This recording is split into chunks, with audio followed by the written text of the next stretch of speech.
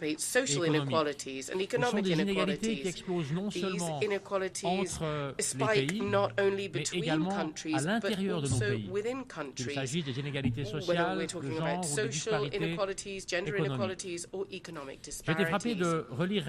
I was struck to read recently that over the past 20 years, the income back between the 10% richest people and the 50% poorest people has doubled. I was also struck when I read recently that inequalities today are as stark as they were at the beginning of the 20th century. country before the Ce First sont World des War. inégalités qui affectent toujours de manière disproportionnée celles et ceux qui sont déjà les plus vulnérables dans nos sociétés, encourageant ainsi les instabilités et le populisme, et conduisant à une perte de confiance envers la démocratie et envers les institutions. Donc, cette fragilité nous menace toutes et tous sur le plan intérieur dans nos pays, mais également sur le plan international. Et longtemps, probablement trop longtemps, nous avons considéré que la défense de nos intérêts et la protection des plus vulnérables étaient deux choses différentes. Et aujourd'hui, eh bien, nous savons que l'une ne va pas sans l'autre. Aussi pour la promotion de la paix, excellence, des institutions multilatérales fortes sont indispensables. Et nous avons quelques éléments sur lesquels nous appuyer ensemble. Le nouvel agenda pour la paix du secrétaire général, par exemple, qui insiste sur un point extrêmement important, c'est que la prévention est le point de départ de tout effort de paix.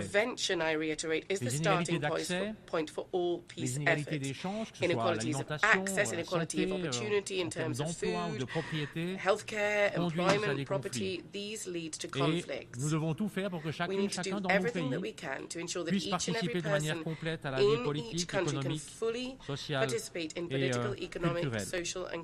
Et dans ce cadre, sur le plan international, les menaces, les persécutions et les actes de violence qui ciblent notamment les femmes, notamment celles et ceux qui sont là pour défendre les droits humains, eh bien, doivent être aussi résolument combattus.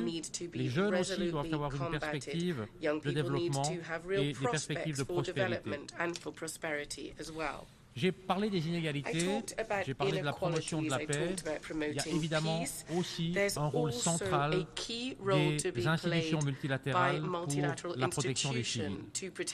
Tous les conflits armés sont différents, mais tous ont pour dénominateur commun l'aggravation des inégalités et la souffrance des populations civiles. Et là aussi, donc, les institutions multilatérales fortes sont essentielles, avec le respect du droit international humanitaire, qui est une priorité absolue pour la Suisse, un respect qui est au cœur aussi de l'engagement de la Suisse au Conseil de sécurité. C'est l'occasion dans cette discussion, dans ce débat, de rappeler que la protection des civils dans les conflits armés, ce n'est pas une option. Il s'agit d'une obligation pour toutes les parties au conflit. Durant l'année écoulée, j'ai eu l'occasion de me rendre à plusieurs reprises dans des pays marqués par des conflits, notamment au Mozambique, notamment en République démocratique du Congo, notamment aussi en Colombie.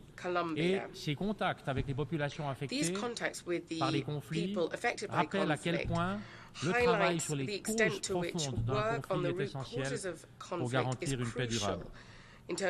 J'ai aussi pu observer sur le terrain à quel point la participation pleine et entière des femmes est essentielle à tout retour à la paix. C'est la raison pour laquelle, d'ailleurs, mon pays, la Suisse, poursuit un engagement fort en faveur de la mise en œuvre de l'agenda femmes, paix et sécurité des Nations Unies. Et c'est pour ça aussi que nous continuons à nous engager et à nous mobiliser pour la pleine mise en œuvre des résolutions qui y sont liées.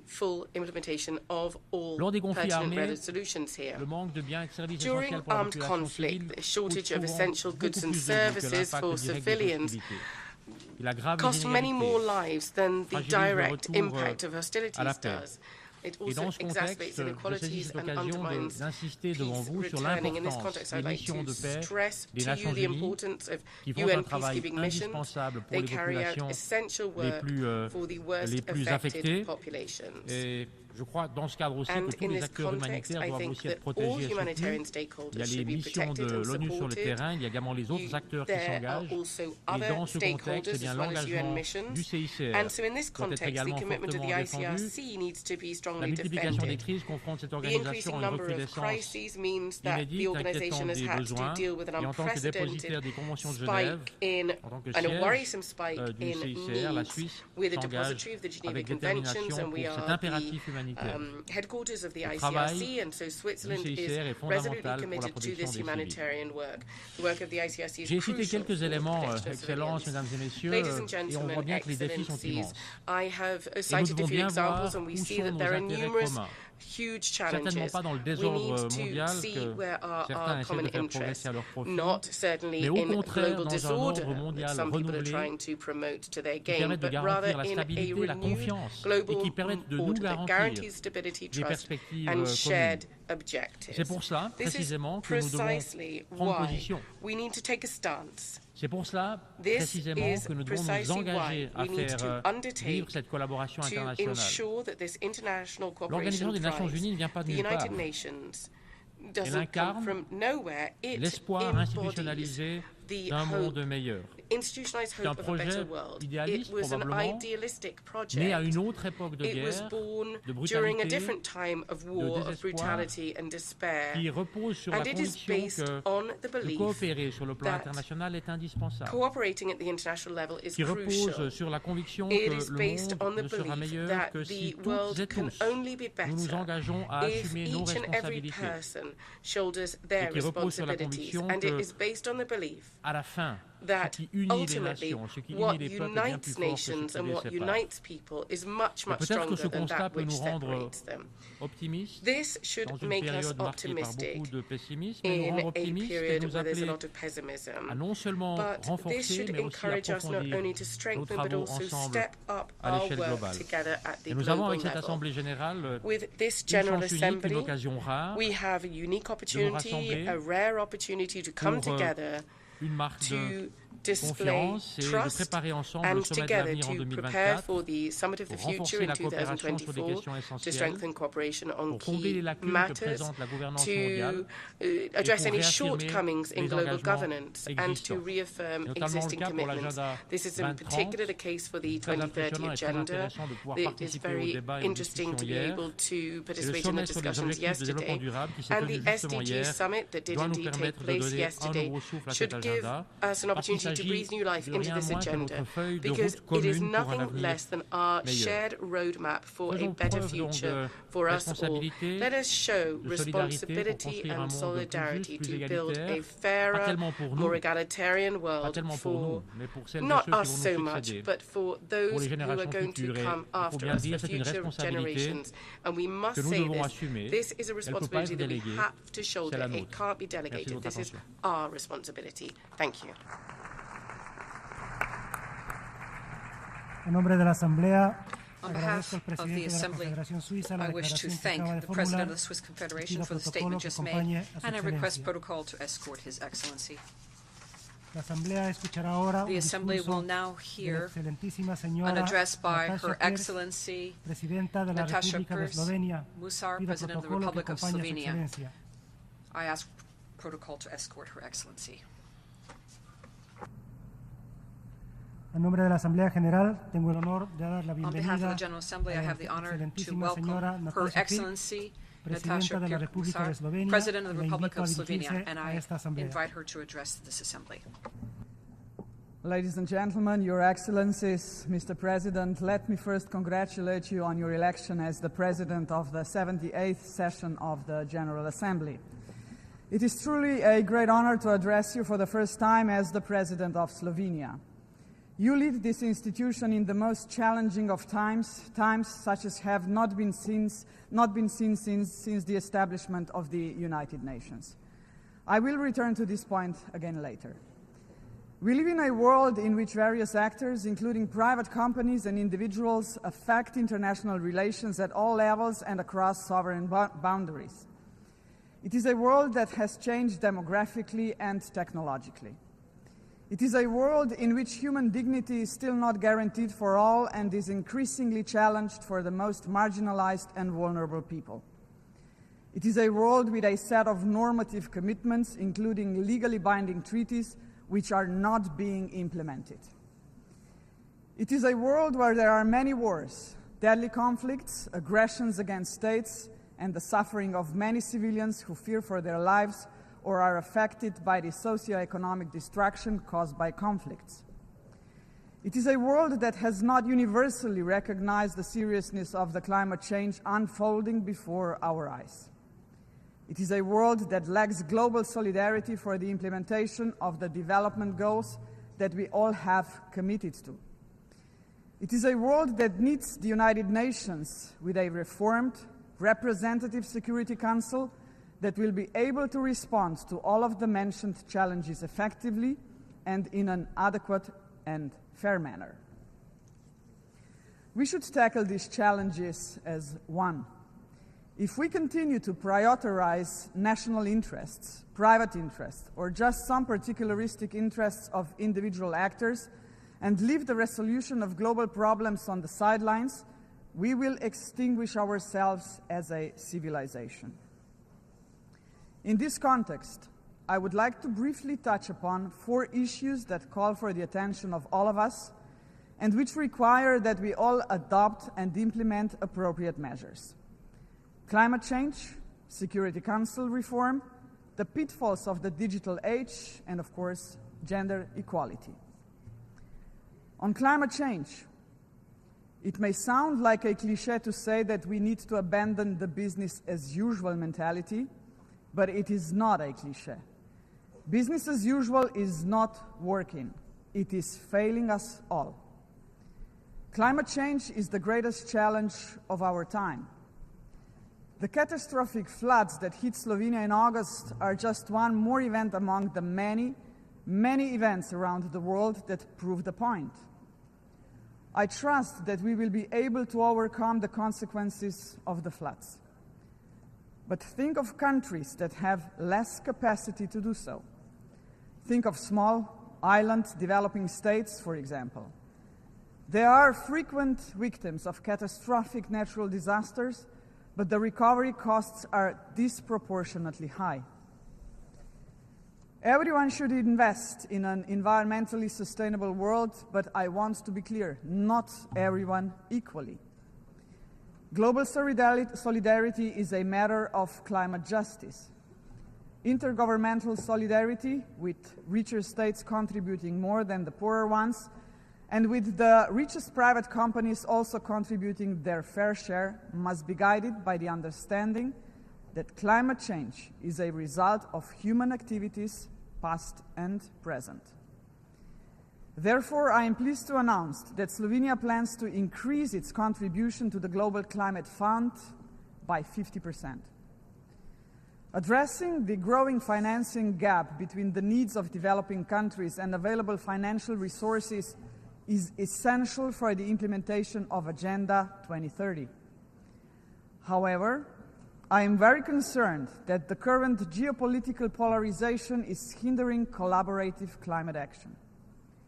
I only wish that in such circumstances, scientists were listened to more. According to the IPCC, simply keeping our promises would already be a step in the right direction. Sustainable development must become our joint and purposeful goal and principle guiding everyone's behavior.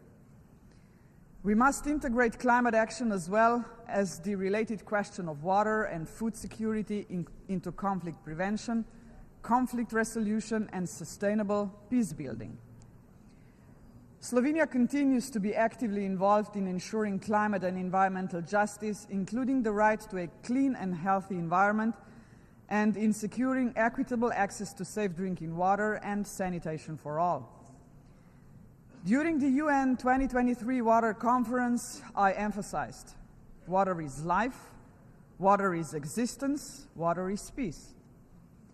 It is for this reason that I would like to use this opportunity to repeat our call for the establishment of an UN Special Envoy on Water, which will be an important step towards ensuring the better coherence of water efforts inside and outside the United Nations.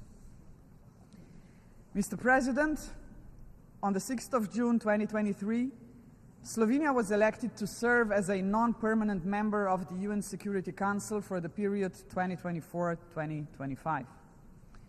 I would like to use this opportunity to thank you all for your confidence in electing my country to serve on the Council. It is with great honor, profound humility, and a sense of shared responsibility that we assume this task. Our term will be carried out in response to numerous conversations and exchanges we had with member states during our campaign. With regards to the Security Council, I cannot avoid the discussions on its reform, which have been going on for decades. I truly hope that we will soon see the light at the end of the tunnel. Slovenia has always been among the member states claiming that a change in the composition of permanent and non-permanent membership is long overdue. The current distribution of seats in the Security Council is neither fair nor representative. Furthermore, Slovenia belongs to the majority of member states that are deeply concerned about the unlimited use of the veto power, which is causing us to lose faith in the Security Council. It also results in the Security Council failing to act when action is required. In Europe, we view Ukraine as a case in point. Even some permanent member states have suggested that the P5 should refrain from using the veto, at least in the case of mass atrocities. We are all seeing this most valid suggestion ignored. In this regard, we commend Liechtenstein's recently introduced veto initiative as an important invitation to the P5 to reflect thoroughly on the situation before resorting to a veto. At the same time, it needs to be recalled that the UN Charter itself gives the P5 an opportunity to express their displeasure with decision-making, but still to act responsibly. They may not like a draft resolution, but they can choose to abstain and let the UN pursue without interruption its main goal, to maintain peace and security for all, not for merely a few, and certainly not just for one. Excellencies, by losing trust, we attack the very foundations of organized society of our international community. I am afraid that in our digital age, part of the problem of losing trust lies with the science and technology. Inventions are meant to advance humanity. Social media were not invented to disconnect us, but too often they do exactly that. Artificial intelligence can be useful, but it can also be dangerous. In this regard, I applaud to Secretary General's resolve to form a high-level advisory body on artificial intelligence. We need to find a way to govern the development of new technologies, including artificial intelligence, in a way that does not impede economic, developmental, social, and research opportunities, while not putting us at risk.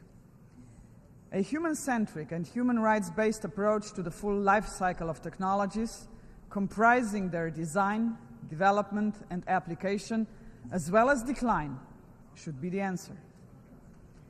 The Global Digital Compact must be centered on this notion.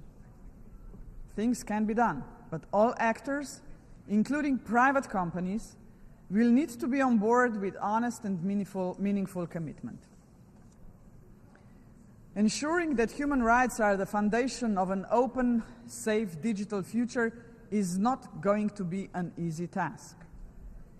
In saying so, I look at the key menace of our time: disinformation. Unfortunately, our time is once again a time of competing of narratives, only that now they are much more complex as regards the threat they pose to humanity. It is an era of snack news, attention economy, the fabrication of facts, and of increasing disagreements about facts precisely because we no longer trust any narratives. We may have the freedom of information, but we are not protected against false information, manipulation, and deceit. Mr. Secretary General is to the point in referring to the proliferation of hate and lies in the digital space as grave global harm. Big tech companies should take more systematic responsibility for the content they host and moderate. They should better protect users from hate speech, disinformation, and other harmful online content. What is unacceptable offline should not be acceptable online. Excellencies, ladies and gentlemen, I am about to say a few words on a subject so important that I have saved it for the last part of my address: gender equality. This year we are celebrating the 75th anniversary of the Universal Declaration of Human Rights. It saddens me that today we are still facing the fact that half of the world's population, women and girls, experience inequality, exclusion, and even brutal violence. The societal marginalization of women and girls, often coupled with poverty, a lack of opportunities, to receive quality education and exclusion from labor markets and decision-making processes, is not only unjust. It also results in a monumental waste of potential for our societies. To ensure dignity for everyone, including women and girls, we all must pursue this goal, whether in the West or East, the North or South, or anywhere in between. We should start at home, also in our United Nations home. In this regard, I would like to recall an outstanding detail that illustrates the need to take SDG goal number 5 very seriously. Namely, that it will take 140 years to achieve the equal representation of women in leadership positions in the workplace. This is simply unacceptable. The Secretary General agrees. The achievement of women's full, equal, and meaningful participation in political and public life is part of his new agenda for peace. That is why I am very much in favor of initiatives to achieve this objective, including within the framework of the United Nations. On this particular point, I'm thinking of the initiative from the group of women leaders' Voices for Change and Inclusion concerning the alternation of the gender of the presidency of the UN General Assembly. Mr. President, you are presiding over an assembly of the most important global institution. We are all painfully aware of the fact that hitherto only four presidents of the General Assembly have been women. Only 4 in its entire history.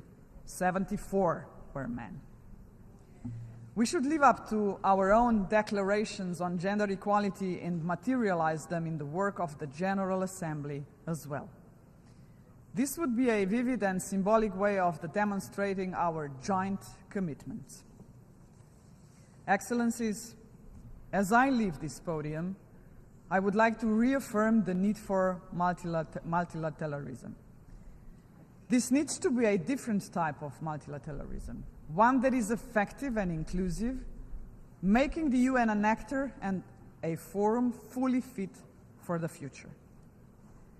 The most pressing challenges today, and I have elaborated on some of them, cannot be addressed by individual states, no matter their size or power. This must be a collective effort, or our children and grandchildren will be affected much more than the generation of leaders gathered here. We must work towards a new global compact which needs to be principled, rise above particularistic interests, and be based on global solidarity. It needs to prioritize the protection of nature and human dignity. It also needs to have a long horizon. Slovenia is fully committed to contributing to the Pact for the Future, and we look forward to actively engaging in the upcoming summit next year. We must be ambitious, even if do not agree on solutions to all the emerging challenges. We need to use our power and resources to put all our collective efforts into action in order to solve them. Better one by one than none. Thank you very much, Your Excellencies and ladies and gentlemen.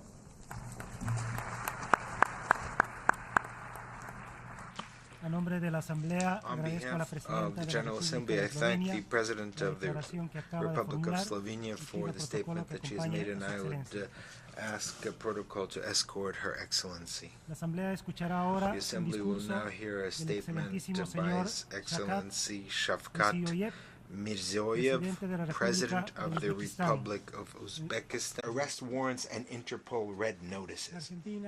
Argentina is firmly opposed, Mr. President, to the use of unilateral coercive measures. and the adoption of discriminatory commercial practices. The continuation of the blockade against Cuba is unacceptable. Year after year, this General Assembly has demanded by an overwhelming majority the need to put an end to this blockade. Also, we would once again request that Cuba be taken off the list of countries that supposedly sponsor international terrorism. By the same token, the sanctions imposed by the United States against Venezuela must cease immediately. Their continuation has only worsened the living conditions for the inhabitants of Venezuela and led millions of Venezuelans to choose exile and emigrate from their country in search of a better life. I want to also reaffirm the legitimate and inalienable sovereignty rights of the Republic of Argentina on the Malvinas Islands, South Georgia, South Sandwich Islands, and the surrounding maritime areas. They are part and parcel of national Argentinian territory, and they are illegally occupied by the United Kingdom have been for almost 2 centuries, in conformity with the resolutions of this General Assembly and its Special Decolonization Committee. The way to resolve the colonial situation of these islands is through negotiations on sovereignty between Argentina and the United Kingdom. We regret that the United Kingdom continues to refuse to resume negotiations. We regret that unilateral activities of exploration and development of natural resources have continued in the area under dispute, contravening Resolution 31/49 of this Assembly. We also question the military presence of the UK in the South Atlantic, which is a region of peace. Argentina maintains a firm commitment to a peaceful resolution of this anachronistic colonial situation. We have proposed to the United Kingdom a renewed bilateral agenda on the South Atlantic that implies a formal process of dialogue which includes, inter alia, the question related to the resumption of negotiations on sovereignty. We also expressed our readiness to continue with the task of identifying the remains of ex-combatants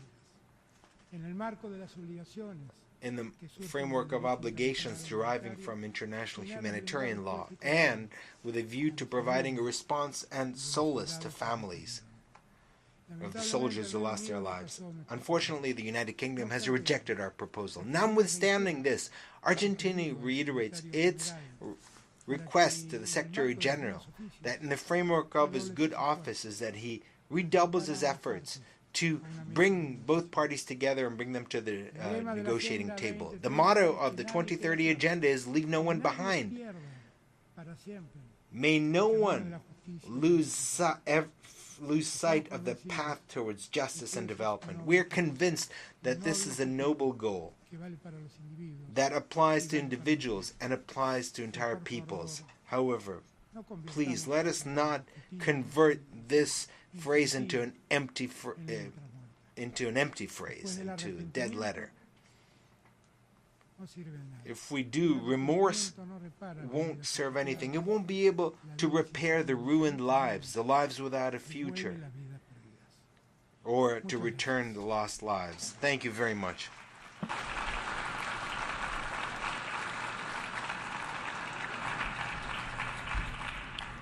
On behalf of the Assembly, I wish to thank the President of the Argentine Republic for the statement just made, and I request protocol to escort His Excellency.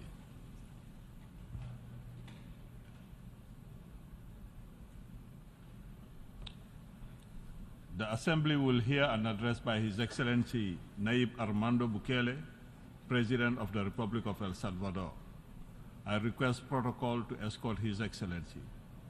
On behalf of the General Assembly, I have the honor to welcome His Excellency Nayib Armando Bukele, President of the Republic of El Salvador, and to invite him to address the Assembly.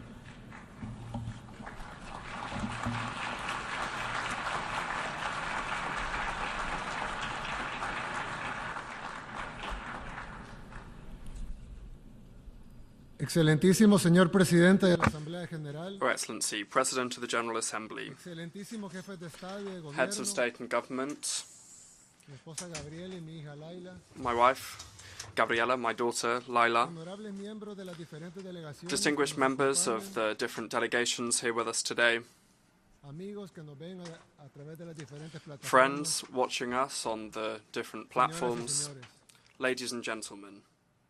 Desde la primera vez que vine a esta asamblea, Since the first time I came to this assembly, I've reminded you of the need to renew and to reinvent ourselves. And I'm not only referring to this organization or to this General Assembly, but rather to all countries, especially those that have similar circumstances to ours. Nor did I say this just because, but rather because I believe it, and because in my country, in El Salvador, this is what we're doing. El Salvador, like other developing countries, has always dreamed of being great. For some countries, this dream at some point became possible. However, for others, like our country, this was always something unthinkable. We didn't believe it was possible, or even that we'd get close. In fact, I think that nobody listening to this speech would have thought that they'd say the name El Salvador, or hear it, and think of a global benchmark or a positive example. However, despite all of the stumbling blocks, we decided to take the risk. We didn't accept the fate that others had decided for us.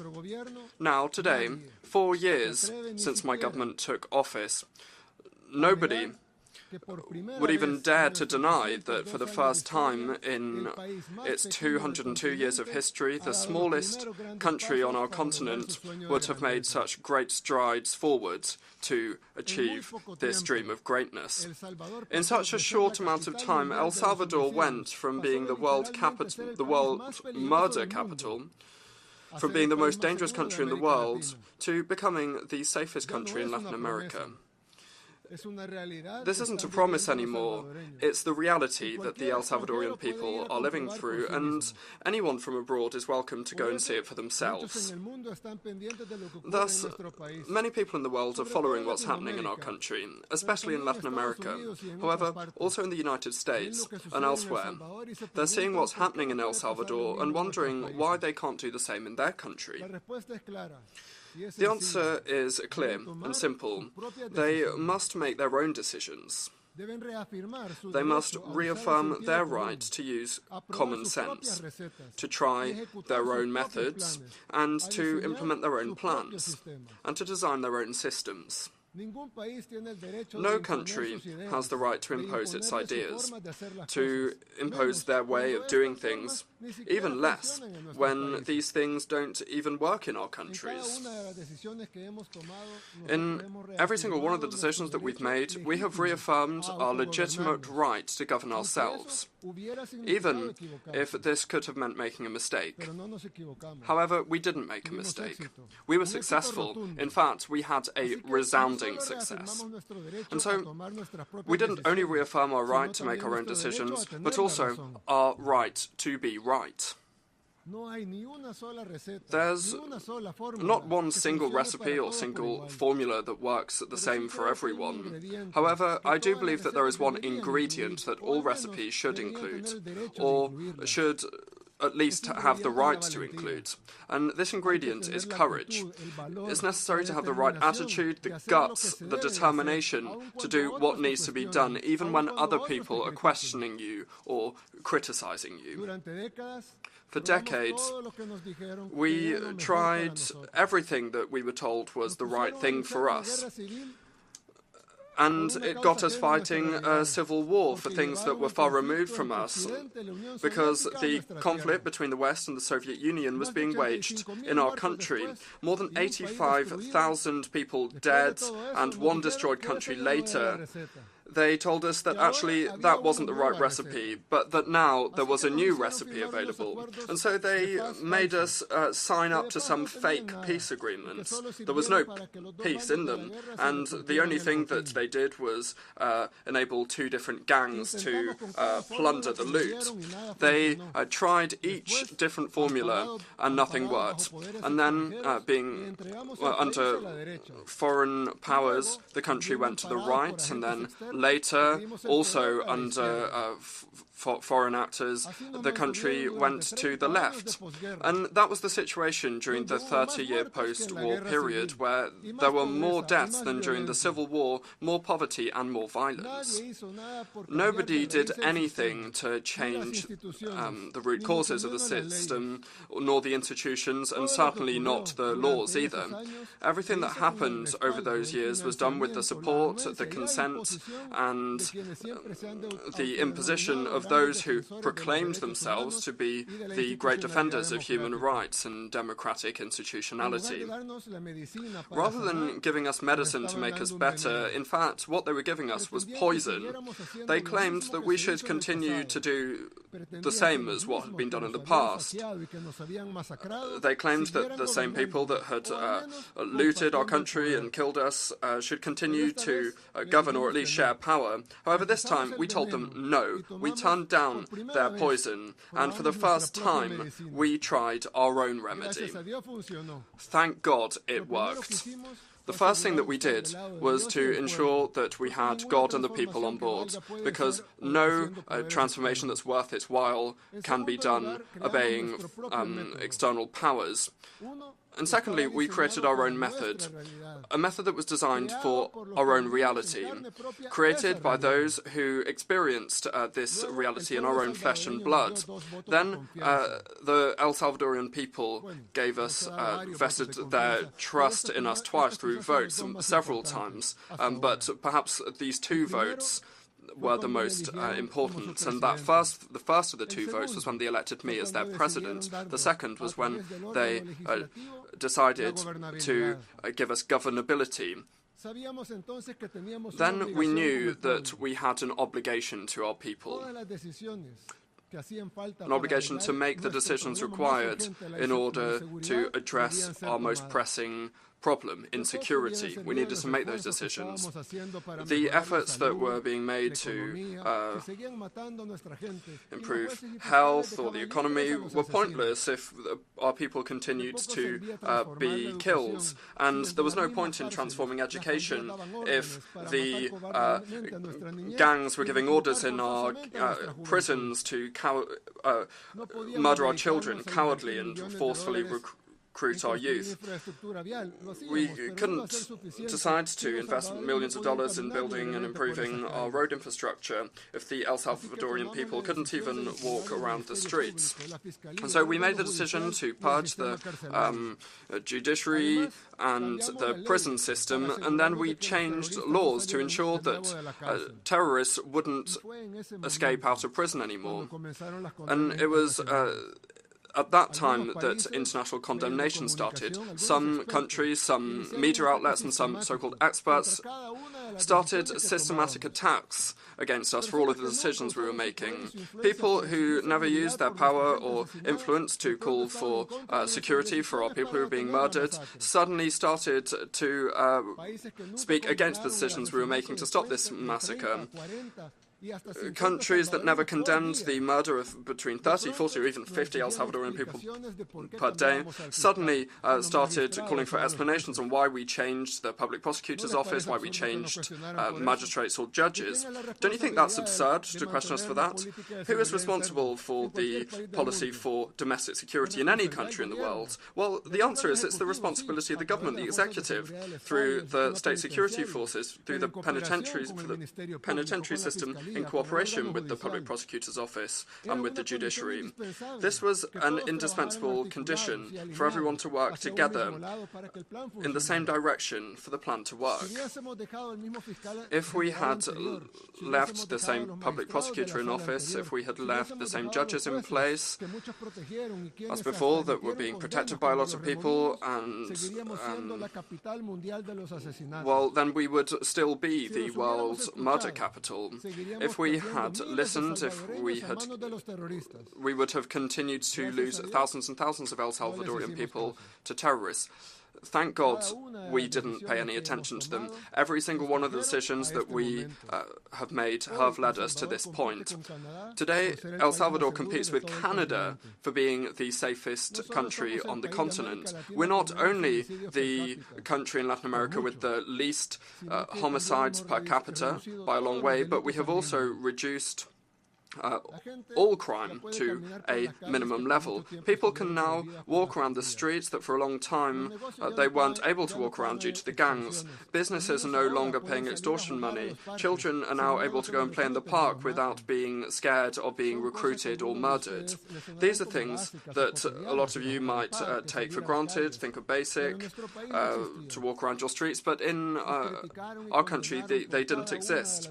We have been criticized and condemned for all of the decisions we've made at all times. Intellectuals, journalists, politicians and organizations from across the board have been focused on a debate over what we're doing, and I've come here to tell you that there's no time for this debate anymore, because the decisions that we took were the right ones. We are no longer the world murder capital, and we managed to achieve this in record time.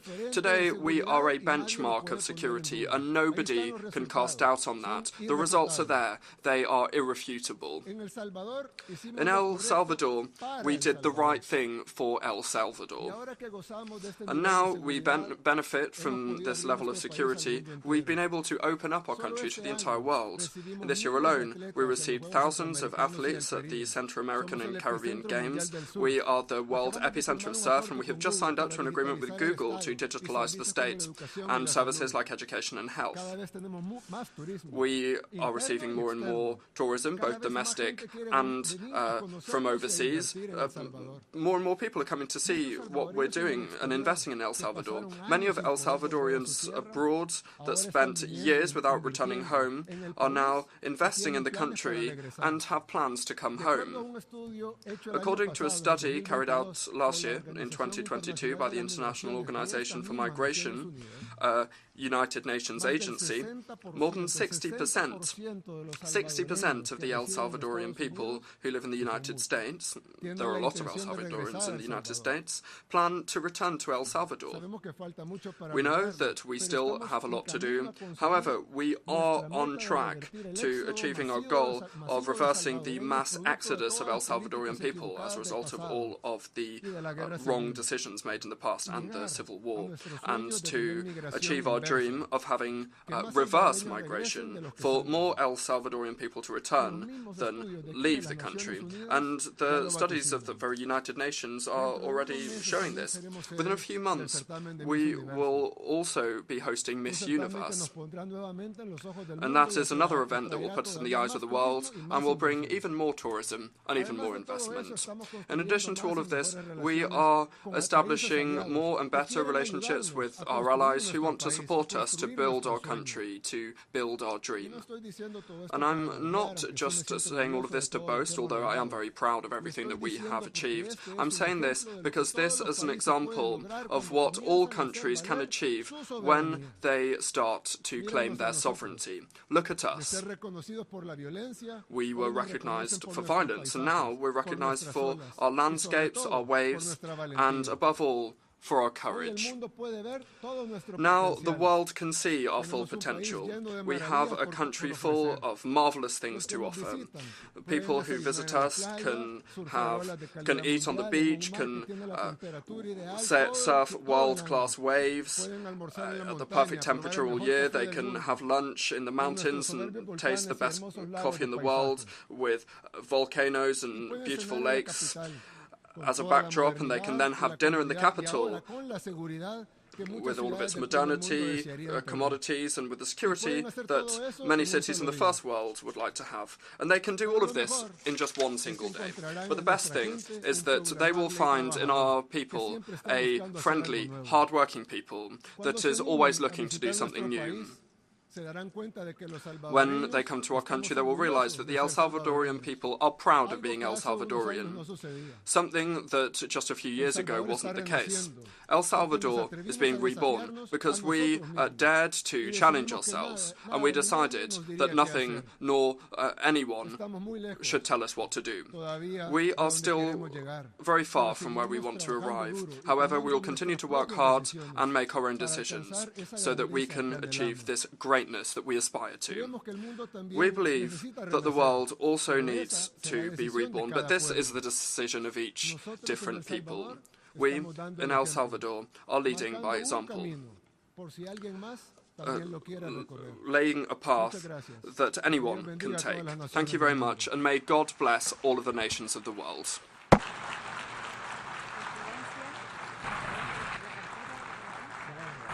On behalf of the Assembly, I wish to thank the President of the Republic of El Salvador for the statement just made, and I request protocol to escort His Excellency.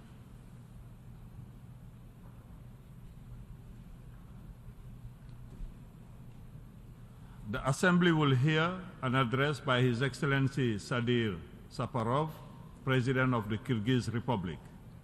I request protocol to escort His Excellency.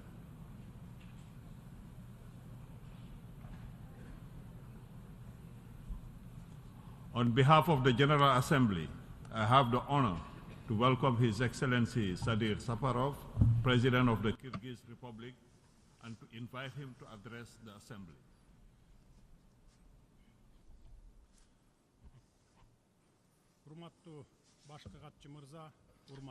Mr. Secretary General, Mr. President, distinguished heads of delegations, ladies and gentlemen, first of all, I would like to congratulate the High Representative of Trinidad and Tobago, Mr. Dennis Francis, on his election as the President of 78th session of the UN General Assembly. I would like to wish you success and fruitful accomplishments in this important position. You can count on the support of Kyrgyzstan during your presidency. I express my gratitude to the President of previous 77th session of UN General Assembly, the representative of friendly Hungary, Mr. Csaba Kureshi, for his active work and support for his international initiatives of Kyrgyzstan. Ladies and gentlemen, today the world is at a turning point. We are all witnessing and seeing with our own eyes the negative changes in the world order, increasing geostrategic competition between major powers and their blocs. Geopolitical tensions are leading to the fact that the world is moving towards fragmentation into regional, sub-regional, financial and economic blocs and systems.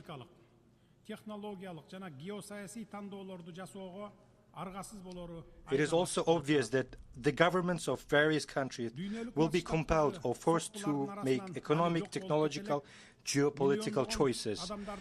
Among the shocks on a global scale that have not become a thing of the past, I would like to note the spread of coronavirus infection, which cost humanity millions of lives and economic losses exceeding $12 trillion. The world today is experiencing the highest inflation rates and food prices not seen in the last 60 years.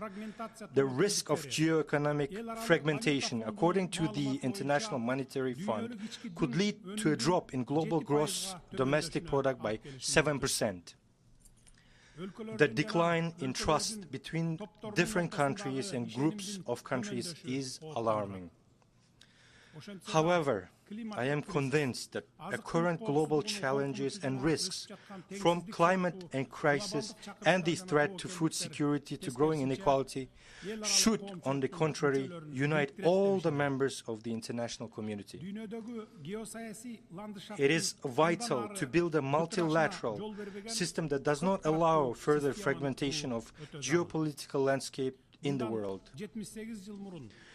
Were international conditions easier 78 years ago, when the United Nations was just beginning its work after the bloodiest and most destructive war in human history than it is today? Were the contradictions between the countries, especially political and ideological, less acute than in our time?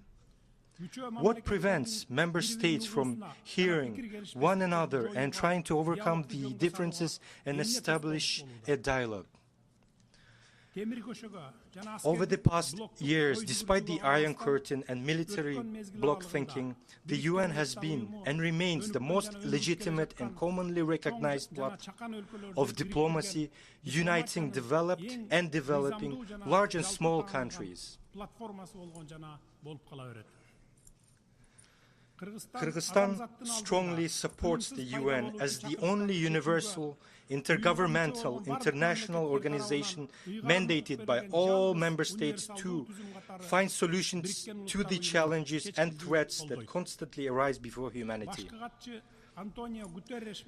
I count on our organization under the leadership of Secretary General Mr. Antonio Guterres and with effective support of member states to find mechanisms and ways to more effectively perform all its functions and assist member states in solving pressing global issues and overcoming challenges. This is especially crucial in supporting sustainable development through the implementation of the 2030 Agenda. I call on all member states to provide unconditional political support to the organization and its Secretary General at this challenging time. I thank UN Secretary General for presenting the new agenda for peace policy brief with his vision for the future of multilateral security cooperation. We agree with the main thesis that the driving force behind the new multilateralism must be diplomacy. We are ready to work closely for a close and active work on a development of future pact during the future summit in 2024. Ladies and gentlemen, speaking about Central Asia, I would like to note the following. We, representatives of Central Asian nations that are related and are proud of their millennia-old history and culture, we have a lot in common, traditions and customs. Much brings us together in terms of similarities in mentality, attitude, and the view of the world. The ongoing global processes have a direct impact on the stability and security in our Central Asian region, and on the other hand, they strengthen its role and significance. One of the highest priorities of our country is to strengthen our relations with countries of the region. I note with satisfaction that in recent years, regional cooperation in Central Asia has been developing consistently in all directions. I see our region as a unified geo-economic space where all forms of economic cooperation, interaction are successfully being formed. I see our region as a geopolitical intermediary through which the interaction and cooperation of members of international community are facilitated. I see our region as actively interacting and dynamically developing communities that share and support similar culture, historical and traditional values and beliefs. Kyrgyzstan intends to contribute to the strengthening of regional cooperation, discover new effective forms of collaboration, and effectively engage with various global centers of influence in both bilateral, multilateral formats. On the path to full regional integration, it is necessary to resolve issues related to legal delineation of state borders. Exactly 1 year ago, speaking from this podium, I, with a heavy heart, informed about the tragic events that occurred in September of the previous year, related to the armed clashes on the Kyrgyz-Tajik border, which resulted in numerous casualties. Thanks to restraint of our peace-loving people and the prevailing political will on both sides, we managed to prevent further escalation of conflict and avert a full-scale bloodshed in the region. In this regard, I would like to emphasize that Kyrgyzstan did and will advocate resolving controversial issues exclusively through peaceful diplomatic means based on principles or norms of international law, such as territorial integrity and the non-use of force or threat of its use. We have never sought to take what belongs to others, but we will not allow anyone to take a single inch of our homeland. We always seek a dialogue and search for mutually acceptable solutions based on trust and mutual respect. Last December, after almost 30 years of negotiations, we signed an agreement with Uzbekistan on legal delineation of the state border. This historic decision, reached thanks to demonstrated political will of the leaders of the two states, has opened the broadest prospects for mutually beneficial cooperation, peace and peaceful coexistence of the two countries and its people. We maintain the same approach in our current negotiations. We want to live in peace, harmony and friendship with all neighbors. Speaking of security and stability in Central Asia, it is essential to consider them in the context of the situation in Afghanistan. I consider it extremely important to remind the international community, that the people of Afghanistan are experiencing significant difficulties which are amplified by the lack of coordinated global stance on the situation in this country. It would not be an exaggeration on my part to say that Afghanistan is threatened by humanitarian crisis with its inevitable consequences for the security of not only the surrounding regions, but also for the entire world community.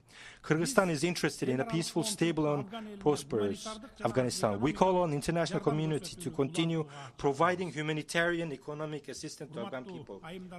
Ladies and gentlemen, just yesterday concluded the SDG summit, which once again reaffirmed the importance of unwavering commitment to sustainable development, identifying challenges in their implementation and outlining specific commitments by states.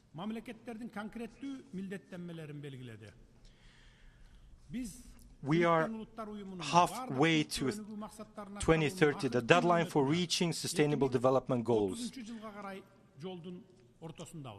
Kyrgyzstan, in its pursuit of achieving the Sustainable Development Goals, currently ranks 45th out of 166 UN member states. We aim to be among the top 30 countries in reaching SDGs by 2030. The international community must breathe new life into these goals and strengthen solidarity in their attainment. It's important that we don't get lost in numbers, schedules, diagrams, and other economic intricacies, because the essence and core of the 70 goals are about people themselves. The year 2030 is very close, and we will have to ask ourselves, have the urgent needs and aspirations of humanity been addressed? Is it their security, prosperity, and well-being ensured? Are they happy? What does the future hold? Problems such as extreme poverty and climate change can only be solved by finding a global collective response. As rightly emphasized by the esteemed Secretary General of the UN in his report on financing sustainable development, without the means to invest in sustainable development and carry out transformations in energy and food systems, developing countries are falling behind on the path of achieving sustainable development goals. The current realities are such that developing countries are facing a dual challenge. They need to invest in development while simultaneously adapting to climate change. In this regard, we call for urgent action to implement Addis Ababa Action Agenda on financing for development, specifically for the swift establishment of the fund aimed at providing compensation to countries for losses and damages related to climate change, alleviating the burden of external debt, and improving the international architecture for debt resolution. Ladies and gentlemen, at previous climate change summits and conferences, ambitious statements and promises were made. It is also clear that the level of annual funding announced in 2015 under the Paris Agreement is no longer sufficient anymore. We consider it necessary to revise, significantly increase the level of funding that meets the real needs of countries vulnerable to climate change. Another issue is that a significant portion of the climate financing is provided to low and middle-income countries in the form of loans. There is also no distinction in the loan allocation procedures for projects with a cost of $1 million or $1 billion. This undermines the very essence and purpose of climate agreements. I have already reached out to our partners with a request to exchange external debt for environmental projects. Unfortunately, we have not yet received responses from most of the developed countries. Only the German government agreed to write off 15 million euros of debt. We would like to take this opportunity to thank the German government. We urge donors to reconsider their approach in favor of providing climate financing to countries on grant basis.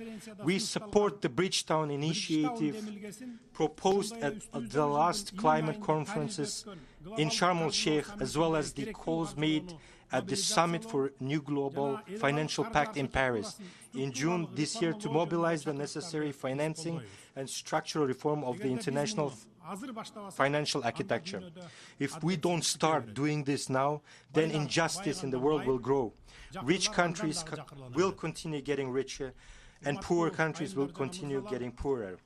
Ladies and gentlemen, in light of global change, mountainous regions have been particularly vulnerable. In Kyrgyzstan, mountains occupies about 94% of the territory. Mountain glaciers are the integral part of the Earth's cryosphere, influencing not only the climate of our planet, but also providing habitat for flora and fauna and supplying water to people. Climate change in Central Asia has led to intensive melting of glaciers.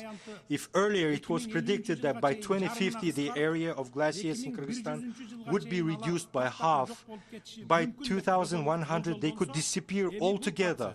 Now there is a reason to believe that this will happen much faster.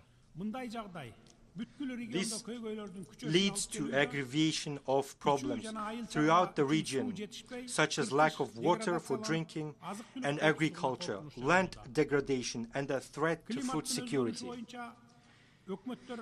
In accordance with the latest assessment report of the Intergovernmental Panel on Climate Change, the adverse effects of cryospheric changes are particularly acute for the residents of high mountain regions, where ecosystems have reached the limits of adaptation.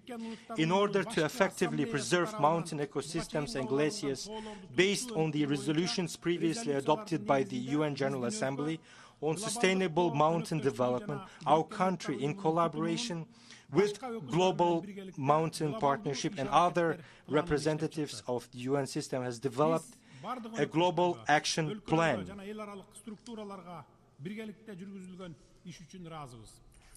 We are grateful to all partners, countries and international organizations for their joint work. Kyrgyzstan advocates for the creation of a broad coalition of mountainous countries. We believe that climate adaptation and the transition to green economy will be among the main priorities of the future in coalition. As you may know, in 2022, at the initiative of our country and the Italian Republic, the United Nations General Assembly unanimously adopted the resolution on sustainable mountain development, co-sponsored by 110 member states. This document declared the years from 2023 to 2027 as 5 years of action for the development of mountain regions. I would like to take this opportunity to express my sincere gratitude to all UN member states for supporting our initiative. To further implement the UN resolution, I have signed a decree on declaring the years from 2023 to 2027 as the 5-year period of action for the development of mountain regions in the Kyrgyz Republic and a national roadmap for the implementation of the 5-year period of action for the development of mountain regions for 2023 to 2027 has been developed, which will also be adopted shortly. The roadmap includes measures at the global, regional, national levels, including within the framework of existing prospective projects and measures related to SDGs. As the concluding stage of the 5-year action, we plan to host the second Global Mountain Summit, Bishkek Plus 25 in Kyrgyzstan in 2027, 25 years after the first summit. I would like to invite everyone from this distinguished rostrum to actively participate and make concrete commitments to preserve mountain ecosystems. We express our gratitude to partners from group of friends of mountainous countries, the Global Mountain Partnership and the entire UN system for their comprehensive support of Kyrgyzstan's initiatives. We express our readiness to continue fruitful cooperation. Ladies and gentlemen, for successful progress in addressing the current challenges and threats, we need to establish an effective system of international security. A key element of this mechanism is the United Nations Security Council. Today, more than ever, it is crucial to enhance its effectiveness in order to make this body fairer, more representative, and to increase its capacity to achieve consensus in decision-making. Progress is needed in negotiations on reform of the UN Security Council. Kyrgyzstan expresses its readiness to make its contribution to the cause of peace and security through effective peacemaking, respect for human rights, and the equal participation of women in peace and peace processes. We also aim to promote, protect the interests of developing, small, least developed and small island nations.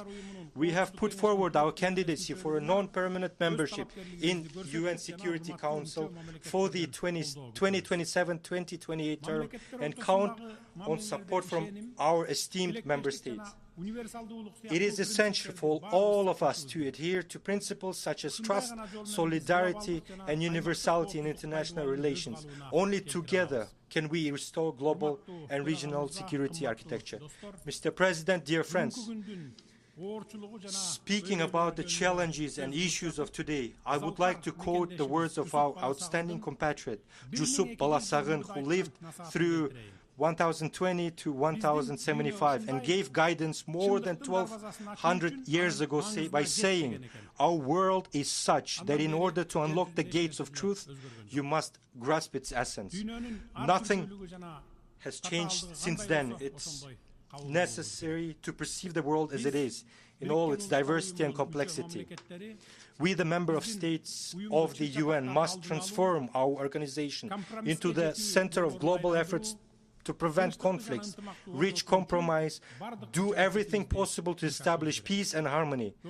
The one who walks the path will overcome it. Thank you for your attention. On behalf of the Assembly, I wish to thank the President of the Kyrgyz Republic for the statement just made, and I request protocol to escort His Excellency.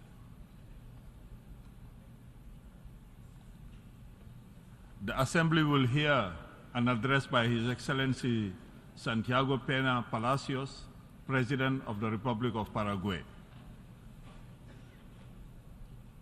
I request protocol to escort His Excellency.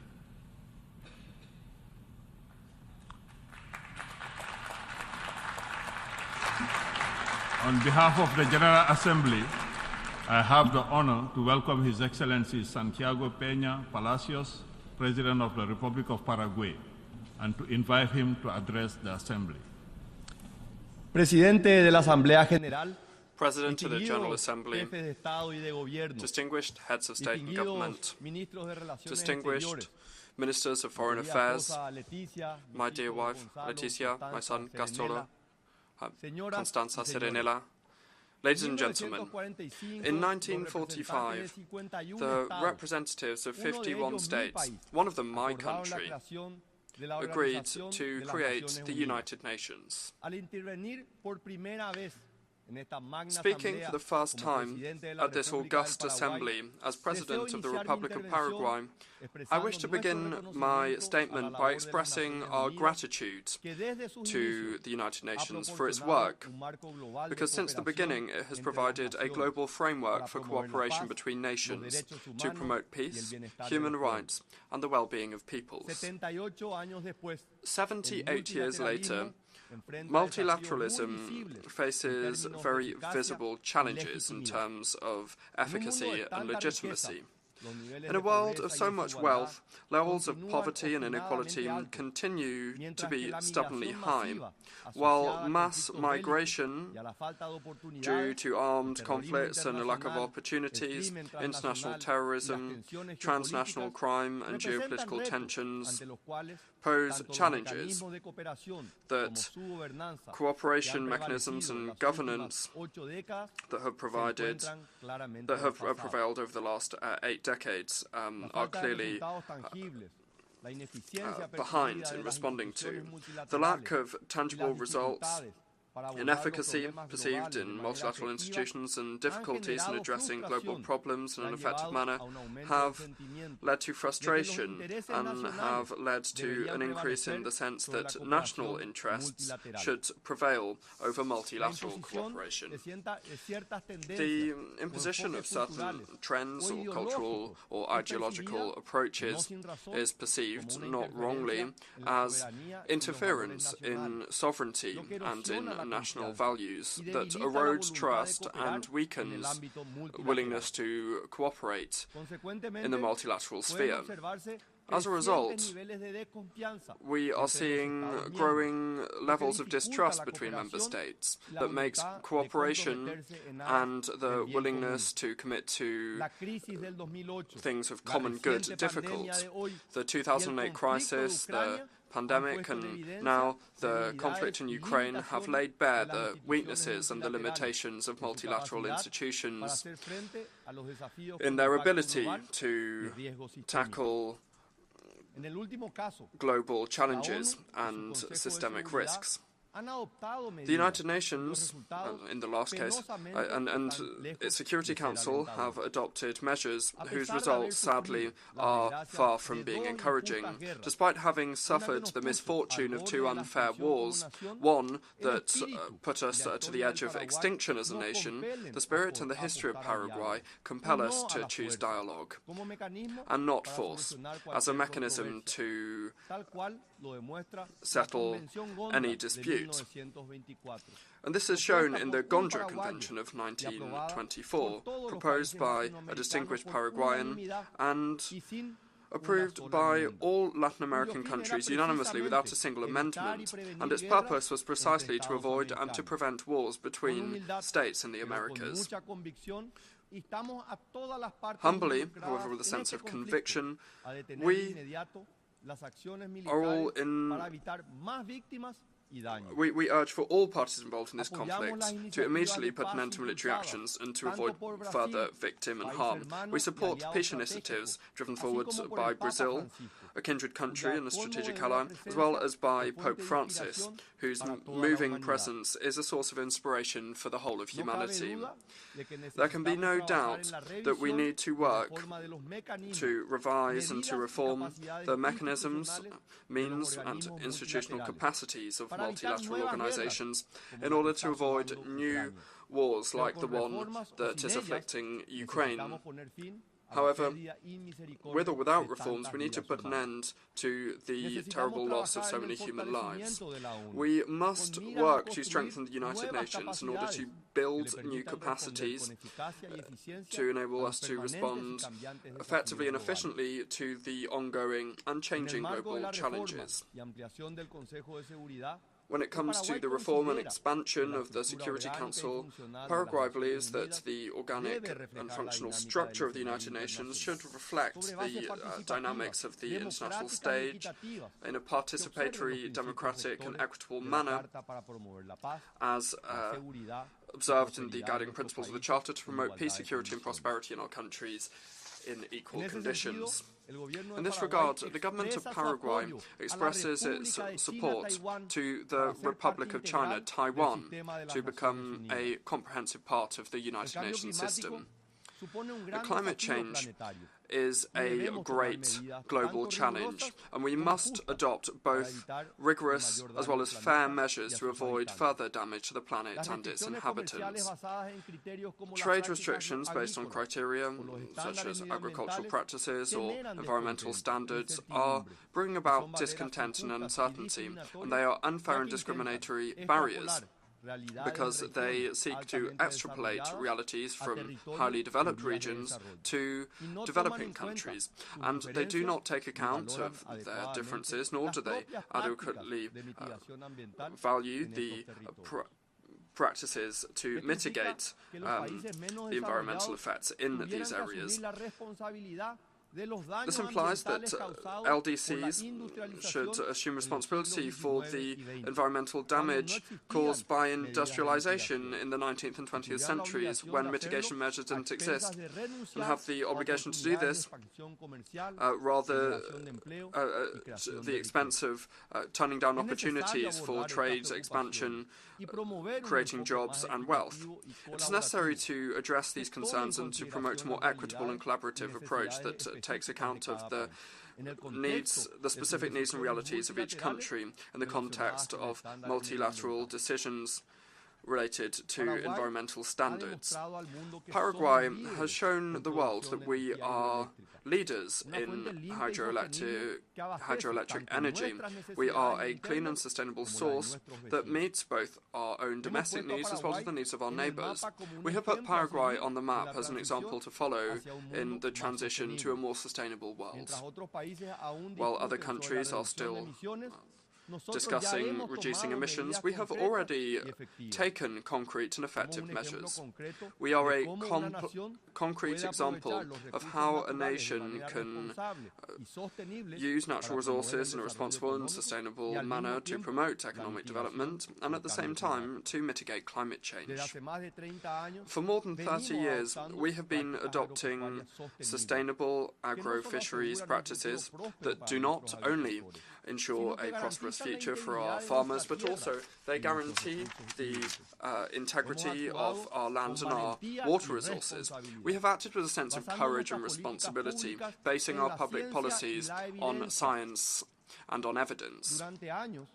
For years, we were subject to criticism and finger-pointing, unfair finger-pointing. However, today, thanks to the work of several governments, I can certainly tell you that the facts speak for themselves. 44% of Paraguayan territory has conserved its forests. 95% of the legumes and cereals sowed in Paraguay in 2022 are using sustainable technologies such as direct sowing and crop rotation, and we've been free from deforestation since 2004 as a result of our zero deforestation policy.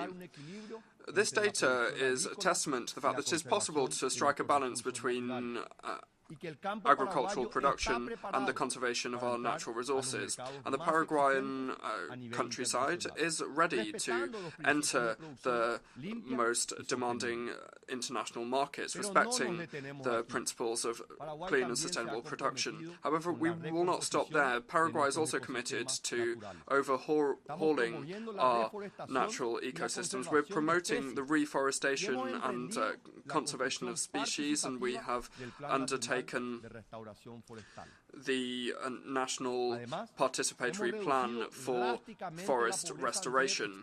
We have also significantly reduced extreme poverty over the last 2 decades, showing that it is possible to protect our environment while prospering economically at the same time. Paraguay reaffirms its commitment to the values and to the central objectives of the United Nations. We understand our responsibilities. However, they are differentiated, and we are prepared to lead with example on the path to a more sustainable and equitable world. Today, we face 4 global challenges that are causing geopolitical tensions: access to water, food security, energy sufficiency, and the resilience of logistical chains. Because Paraguay is a power on these matters, we are called to be protagonists in the concert of nations. We have the largest global underwater reserves of fresh water, including the Guarani aquifer that we share with our neighbours. Paraguay is a global supplier of food, being one of the few countries in the world that is able to produce food for its population and for 100 million more people around the world. In hydroelectric energy, we are pioneers in regional electricity integration, and today we have decided to move towards even more efficiency and energy sustainability.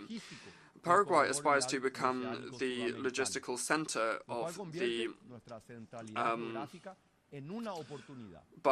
South American by-ocean road corridor, which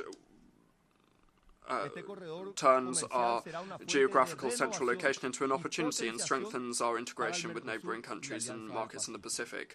This trade corridor will be a source of renovation and empowerment for Mercosur and the Alliance of the Pacific, promoting cooperation between both blocs. Further, thanks to the Paraguay-Paraná hydroway, this multimodal network will become the most competitive transporter of different products, facilitating the management of river transport. Without a doubt, this will give a fresh impulse to the process of South American integration and will transform the vision to resolve conflicts that may arise. Paraguay is determined to abandon the old image of an island surrounded by land, as described by the Cervantes laureate of Paraguay, Augusto Roa Bastos, and following our historic geographical and cultural vocation to become the centre of South American integration. One of our main objectives is to contribute to improving regional integration. In this regard, the aquifers, the bi-ocean corridor, hydroelectric power stations, and navigation on our rivers are delicate processes of balance between integration and the sovereignty of our peoples. We are aware that the progress achieved towards integration, that progress has been achieved towards integration. However, we are far from being satisfied, and we are making progress with courage and determination. Latin America is the region of the world with the highest potential for development. However, we will only be able to develop this potential if we respect ourselves, working together and in harmony, and by respecting each other. Since the last century, the 20th century, we have been moving as a country into a process whereby we are building and strengthening our democratic institutions. This year, we renewed this in our country with a transparent electoral process with broad participation from our citizens, where the Paraguayan people expressed their will with a firm democratic vocation and vested their trust in the rule of law. Paraguay today is living through the longest period of democratic coexistence, with more than 35 uninterrupted years of the values of free, participatory and pluralist democracy, convinced that there is no other acceptable system than being unshakable in upholding human rights and liberty. Paraguay, the country of the prose of Augusto Roa Bastos, the universal music of José Asunción Flores, and guitar with its dulcet tones and Ñanduzi lace, Berta Roas. This country has a real rhythm that was born in the spirit of the Guarani language. Now, we call this thing Guarania, and it goes around the world. It's a great ambassador for us. My country values peace and sustainable development and integration between peoples, because we are a country that has been reborn from the ashes, following a war of extermination that stunted the early development process of a nation that, at the dawn of the Industrial Revolution, had already developed one of the first interurban railways of South America. We had shipyards and iron foundries, but above all, we had great human capital and education. Then the massacre in 1870 that annihilated 90% of the male population of Paraguay.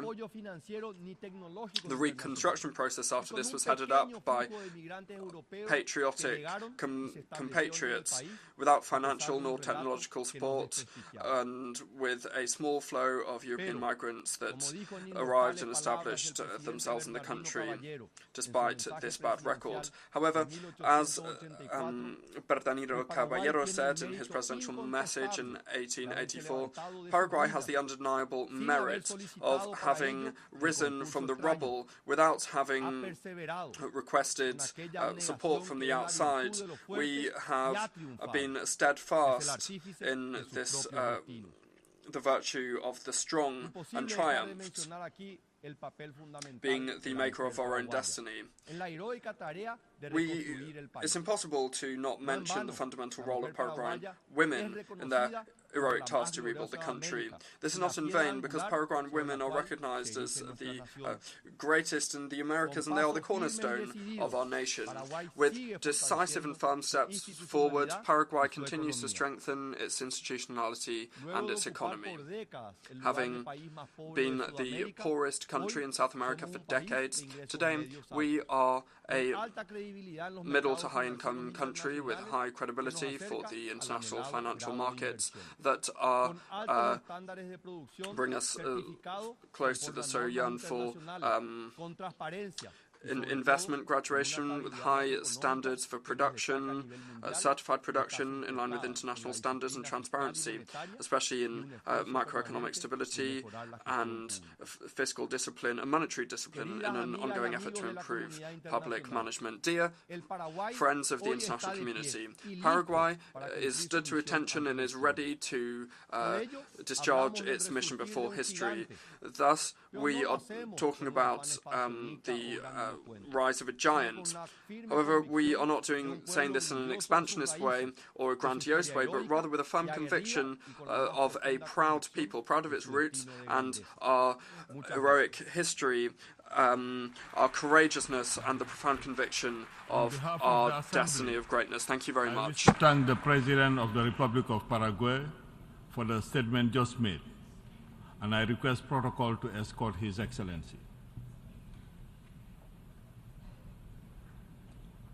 The Assembly will hear an address by Her Excellency Dina Ercilia Boluarte Zegara, President of the Republic of Peru. I request protocol to escort Her Excellency.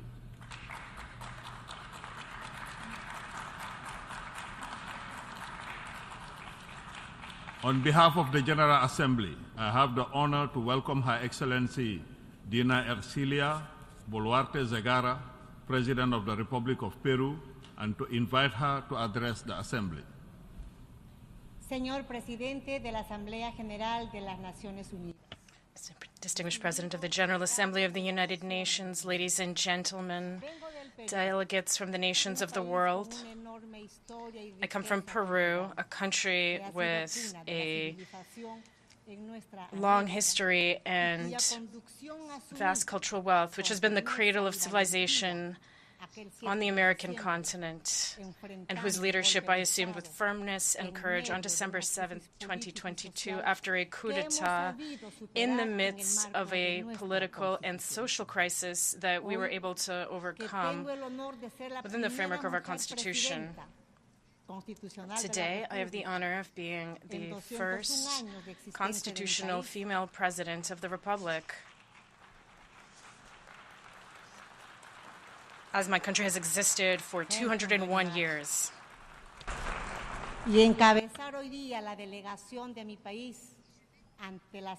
And today, I lead my country's delegation to the United Nations General Assembly.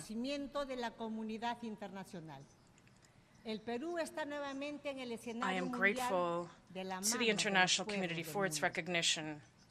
Peru is once again present on the international stage alongside the peoples of the world. I am a woman from the provinces. I speak Quechua, and I was born in the heights of the southern Peruvian Andes. And I lead a government that, in accordance with the law and in the face of titanic challenges, both from nature as well as on the international stage, has brought back stability and hope to a country that seeks to achieve economic development along with social justice. I would like to begin this message by paying a tribute to women, to girls, adolescents, and particularly to my sisters in Peru, a well-deserved tribute. Amanda Warmi Makai Kachunchu. This is what we say in Quechua, which in the rest of the world means no more violence against women. Mr. President, Peru is a country that respects democracy, the rule of law, human rights, and international law. For this reason, Peru actively promotes Latin American integration and is firmly committed to cooperation between countries. Peru promotes peace, and to achieve peace, it is necessary to implement the Charter of the United Nations and to uphold it in all circumstances. For this reason, Mr. President, we defend the principle of respect for the sovereignty, territorial integrity, and independence of all states. Mr. President, as a daughter of the southern Andean region of my country, I have known firsthand the suffering caused by poverty. That is why I am fully aware that, as we reaffirmed in the political declaration adopted yesterday, eradicating poverty is the greatest challenge facing the world and constitutes an essential prerequisite for sustainable development. This is the main objective of my government, and it is why we are committed to the implementation of the Sustainable Development Goals of the 2030 Agenda. Today, in this forum, I wish to reaffirm Peru's voice so that the international community gives the highest priority to eradicating poverty. It is a commitment on which we cannot and should not give up. In Peru, we're adopting policies to confront not only monetary poverty, but also multidimensional poverty, among other important measures such as access to drinking water and basic sanitation. In the 9 months of my government's existence, we have unblocked more than 100 paralyzed projects in order to provide water to the sisters and brothers in my country. The crisis caused by the COVID-19 pandemic, climate change, growing geopolitical tensions, conflicts, and growing food prices are overwhelming our people, and they have slowed down our potential for growth and development. If these trends continue, as Secretary General Antonio Guterres tells us, nearly 600 million people will continue to live in extreme poverty in 2030.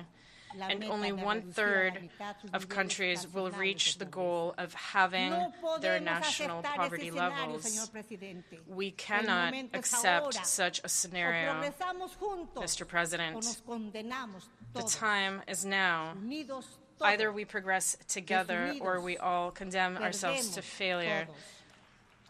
United, we will achieve everything. Disunited, we will all lose. And this brings us to the next challenge. Our development agenda has the motto, Manan Pitapas Kipapi Sekispa, which in Quechua means leaving no one behind. However, Mr. President, today, millions of human beings are displaced and on the move, sometimes literally carrying their families and their meager belongings in search of well-being or simply survival in the face of conflict, unemployment, and extreme poverty. The current situation of human mobility must prompt the international community to cooperate on the bilateral, regional, and multilateral levels. Peru has been making enormous efforts in this area, but it is only through international cooperation that we will be able to achieve safe, orderly, and regular migration. Mr. President, health, as we know, is not a problem for a handful of individuals. It is a collective issue. My country was one of the hardest hit by the COVID-19 pandemic, which took the lives of more than 200,000 of our fellow citizens, and which revealed the gaps and shortcomings of our health system. And this year, we have faced resurgencies of the dengue, measles, and polio epidemics, as well as an outbreak of Guillain-Barré syndrome. That is why my government is firmly committed to guaranteeing free and universal healthcare access to all without exception. To achieve this, we are in the process of expanding our national vaccination program's coverage. We are reinforcing health infrastructure and equipment. We have been able to achieve more than 1,900,000 children aged from 2 months to 5 years against polio and measles. And we continue to work tirelessly to unblock hospital projects that had been paralyzed due to apathy and corruption from prior governments. We have also made the prevention and treatment of cancer a national goal, and currently 20 out of Peru's 26 regions have at least one oncological service. It is possible to work and to achieve things as long as the political will is there. In these areas, international cooperation must ensure quality health products and services accessible to all, and especially for developing countries. where the gaps are much wider. In Peru, it is with great concern that we observe the growing internationalization of criminal networks fueled by the corruption of past governments, which have undermined the credibility of institutions and democracy, and which are affecting the development and well-being of our citizens. That is why it is crucial to reinforce our common work. We cannot let our guard down against crime, organized crime, and drug trafficking. These problems affect us all, and we must all be part of the solution. Our children and grandchildren are at risk of experiencing the hell that a triple environmental crisis would bring now that we are entering this era of global boiling, as the Secretary General of the United Nations has called it. Climate change, loss of biodiversity, and pollution put our very existence as humanity at risk. Peru is facing these phenomena with a sense of urgency and determination. At the beginning of the year, heavy rains affected northern Peru, followed by the onslaught of Cyclone Yaku. In the south, droughts have seriously harmed people, agriculture, and livestock, on top of recurring anomalous waves in the Pacific, which prevent the regular operations of our fishing ports. Finally, we have the growing threat of the coastal El Niño phenomenon after the impact of the global El Niño. An action-focused and prevention-focused approach is urgent. Therefore, from this high rostrum, I call for solidarity and international cooperation. For the first time, a government in my country has undertaken a major campaign against the global El Niño phenomenon with an investment of 4 billion soles, that is to say more than $1 billion. We have also joined the early alerts for all initiative presented by the Secretary General, so that by the end of 2027, all the inhabitants of the planet can be protected against meteorological phenomenon. This, ladies and gentlemen, will help save many lives. In addition, Mr. President, allow me to make a proposal for a compact, a commitment to international cooperation and action in order to immediately address the impact of meteorological phenomena such as El Niño, a pact based on solidarity, resilience, and interdependence. Today, it is Peru that is facing El Niño. Tomorrow,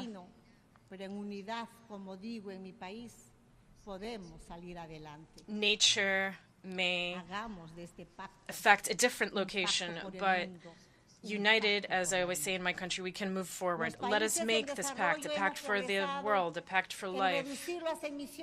Developing countries have made progress in reducing carbon emissions, but we continue to be the most affected by climate disasters.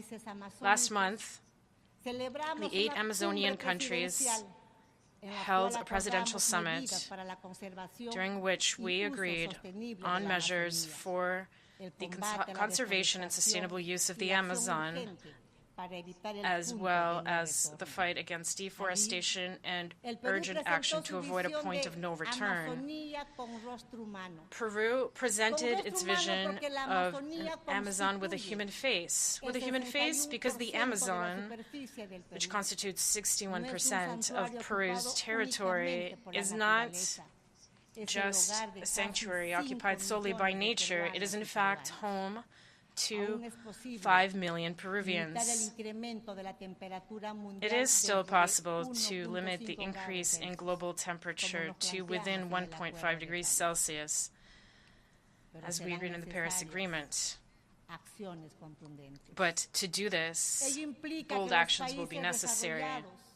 This implies that developed countries not only adopt more ambitious emissions reduction goals, but also that they honor their commitments in terms of technology transfer and climate financing.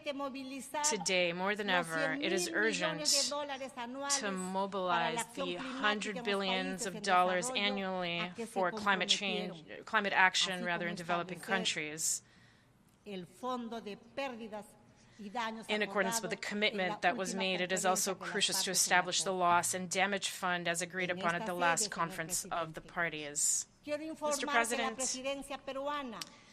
here in this hall, I wish to inform you that the Peruvian presidency has submitted a draft treaty whose goal is to protect the marine environment against plastic pollution.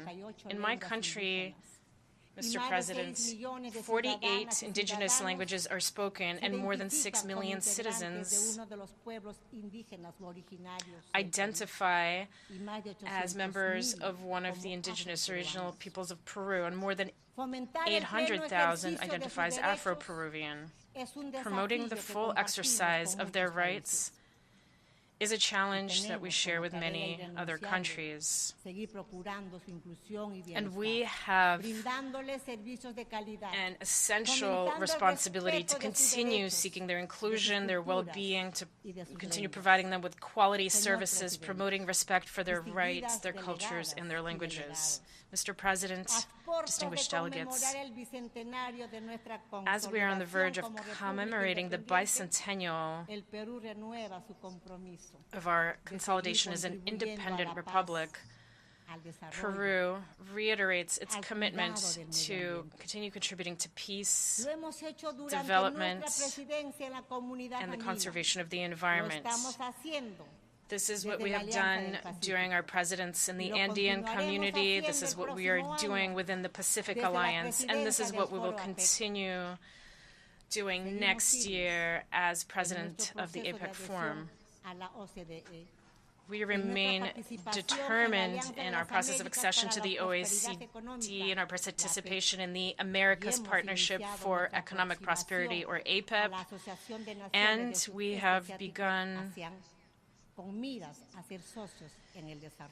talks with the Association of Southeast Asian Nations, ASEAN, with a view to being partners in development. I reiterate my invitation to all countries to continue investing in Peru and trusting in Peru. Our country is a country of hope. We await you with clear and transparent rules of the game, with stability, legal security, low inflation, with solid international reserves, and our sole objective is working for the sustained growth of all, but particularly for the most vulnerable. Mr. President, the government of Peru, faithful to its commitment to the United Nations and in line with its Republican tradition, joins with firmness and determination the global goal to strengthen the fight against climate change, to defend peace, democracy, full respect for human rights, international law, sustainable development, and the prosperity to which our people aspire, as it is what is just.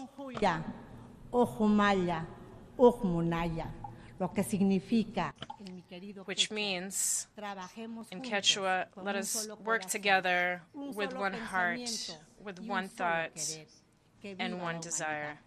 Long live humanity. Thank you. On behalf of the Assembly, I wish to thank the President of the Republic of Peru for the statement just made, and I request protocol to escort Her Excellency.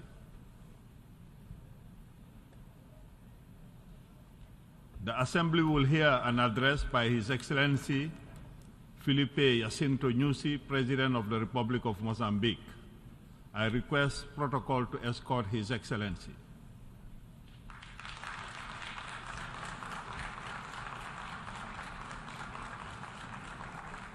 On behalf of the General Assembly, I have the honor to welcome His Excellency Felipe Jacinto Nyusi, President of the Republic of Mozambique, and to invite him to address the Assembly. Senhor Denis Francis, Presidente Denis Francis, da Sessão da Assembleia Geral da Chairperson Organização of das the Nações session Unidas, of the General Assembly Senhor of the Engenheiro United António Nations, Guterres, Secretário-Geral Engineer Antonio Guterres, Secretary General of the United Nations, heads of states and government, distinguished representatives of member states, esteemed leaders of the system of the United Nations Organization, distinguished invited guests, Excellency. I begin my remarks by extending on behalf of the people of Mozambique our heartfelt condolences to the peoples of the sisterly nations of Morocco and Libya for the tragedies that befell these two sister African countries. I take this opportunity to reiterate the Mozambican people and government's gratitude for the unanimous vote for the election of Mozambique as a non-permanent member of the United Nations Security Council. Our participation at the Security Council has enabled us to share our experience in peace building and national reconciliation, thus contributing towards fostering international peace and security. Mr. President, Your Excellencies, in September 2015 at this very hall, we adopted the Sustainable Development Goals that encapsulate the Agenda 2030. As leaders, we committed on behalf of our peoples the commitment to reduce poverty in 16 key areas and establish a better world for all without leaving no one behind. The progress report that we considered yesterday at the high-level panel shows clearly that the world continues to be faced with various interconnected crises that undermine the delivery of the Agenda 2030. Indeed, the COVID-19 pandemic crisis, natural disasters arising from climate change, and armed conflicts, including terrorism and violent extremism, causes millions of people to continue living under poverty without adequate food and without access to education, food, and health services. It is true that the adversities I have referred are a cause for regression in progress that we were making in the implementation of Agenda 2030 since 2015. However, the main reason for lack of success of this agenda remains the absence of trust and solidarity between those who have a lot and those who have little or almost nothing at all. Even among those who have a lot, rather than building trust and solidarity, they spend their resources in investing in a competition fueled by trust. Therefore, I commend Your Excellency Dr. Denis Francis, chairperson of this session, for the theme you have suggested to us on rebuilding peace, revitalizing global solidarity. It is a critical theme to realize Agenda 2030 on sustainable development towards peace, progress, and prosperity for sustainability of humanity. Your Excellencies, in my statement, I'll try to focus attention on peace and security, counter-terrorism, climate change, energy transition, blue economy, and environmental conservation in tandem with the theme of this General Assembly. On peace and security, various regions of the world are grappling with a very vicious cycle of armed conflicts and instability, particularly in Africa. Thousands of precious lives are lost. The number of refugees and internally displaced persons have increased to more than 50% in the last year.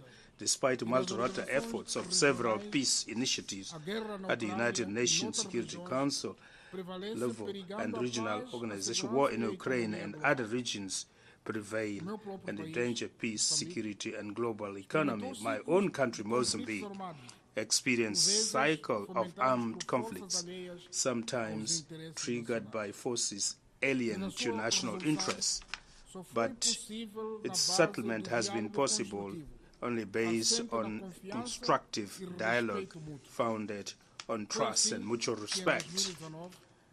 That is how we adopted the new Provincial Decentralization Act,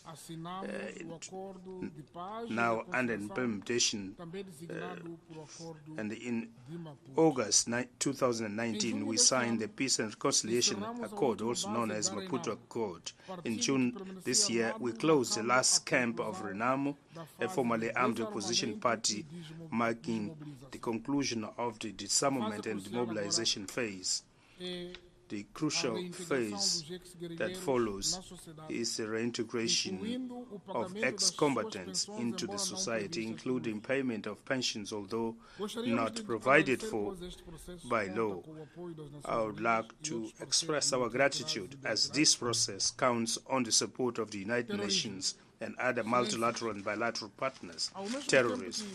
Excellencies, while we seek to close one chapter of the peace and national reconciliation process, Mozambique is confronted by the nefarious phenomenon of terrorism, particularly in Cabo Delgado province in the north of the country. In March this year, during Mozambique's rotational chairpersonship of the Security Council, we had the opportunity to share at length our experience of countering terrorism. On one hand, our strategy focuses on strengthening combat operations by the Mozambican Defense and Security Forces with an initial support of the Rwandan contingent and SADC multilateral force, also named SAMIM. We have been achieving tangible success on the ground, though terrorists continue to create terror and fear in sporadic way in isolated villages.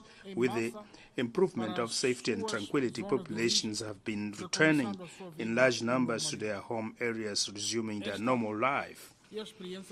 This is a pioneer experience of combining bilateral and multilateral interventions. It is also an example of solution of African problems, first by the Africans themselves. However, the issue arising is the need for a substantial support to these countries that, in a direct manner, are countering terrorism with us in Mozambique in order to render the ongoing operation sustainable.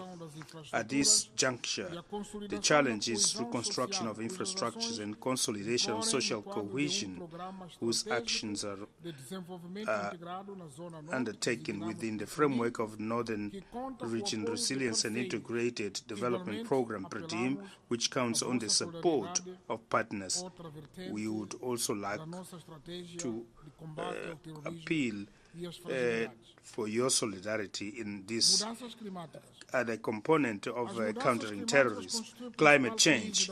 Climate change constitutes the main crisis of mankind of this century. This is not a new discovery.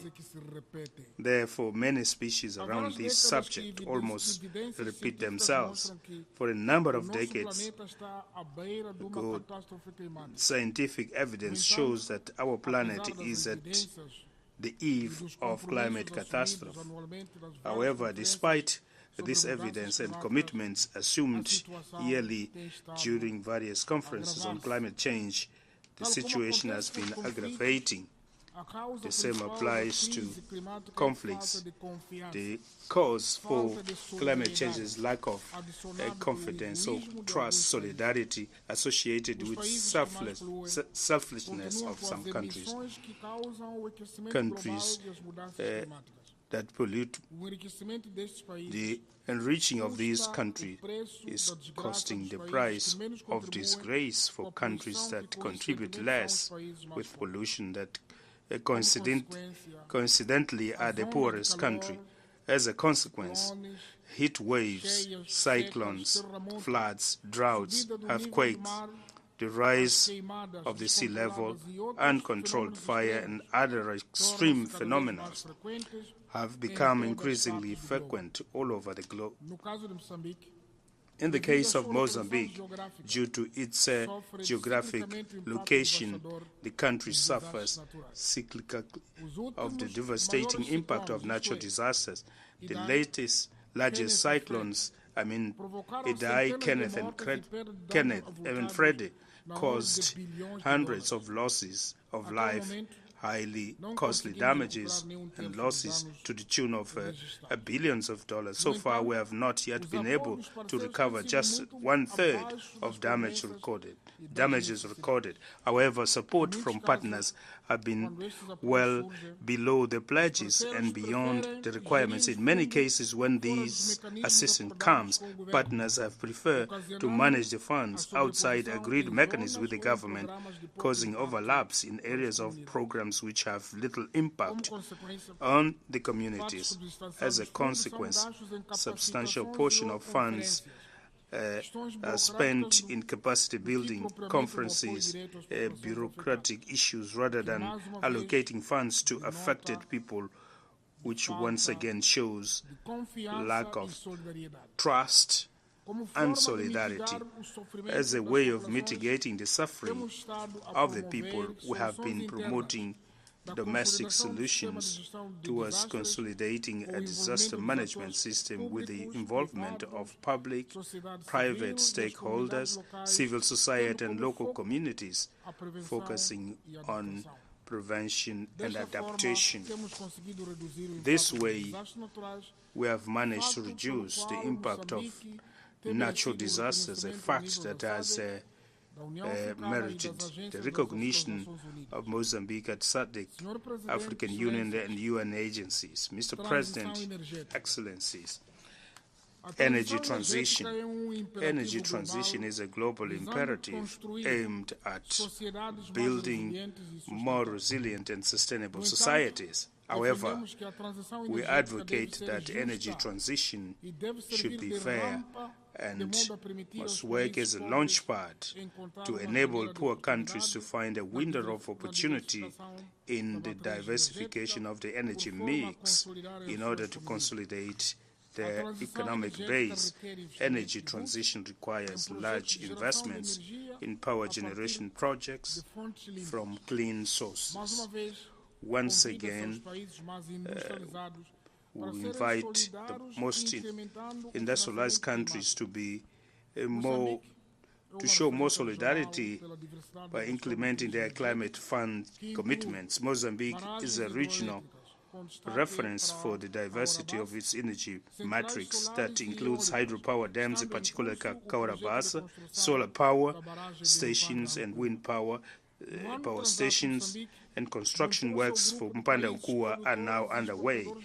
Last year, Mozambique joined the group of liquefied natural gas producing and exporting countries, an important step towards accelerating energy transition. Currently, the energy sector is dominated by hydropower, with a capacity of 2,172 megawatts, solar with 95 megawatts, gas 441 megawatts, and diesel with 120 megawatts, with the possibility of operations of Temane Thermal Power Station over the last quarter of 2024, with the capacity of 450 megawatts, and with a longer maturity cycle, the new Mpanda Nkua hydropower station with a capacity of 1,500 megawatts to be generated by 2030. Likewise, Mozambique bets on the development of blue economy to optimize resources from the extensive exclusive economic zone along the coastline of 2,700 kilometers, environment conservation. We are also a country with a robust environmental legislation that features major international conventions, including the Paris Agreement, the Convention on the Protection of Endangered Species sites, among others.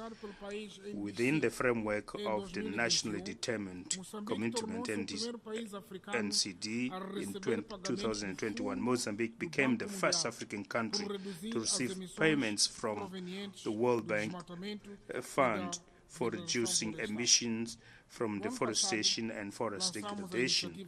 Last year, we launched a regional initiative on the sustainable management of the Miyombo forest that culminated with the adoption of the Maputo Declaration, which was endorsed by 11 SADC member states. Miyombo woodland is the largest tropical forest ecosystem of the world, where three species are predominant, which covers more than 2,574 kilometers along the Great Zambezi Basin across 8 countries of Southern Africa.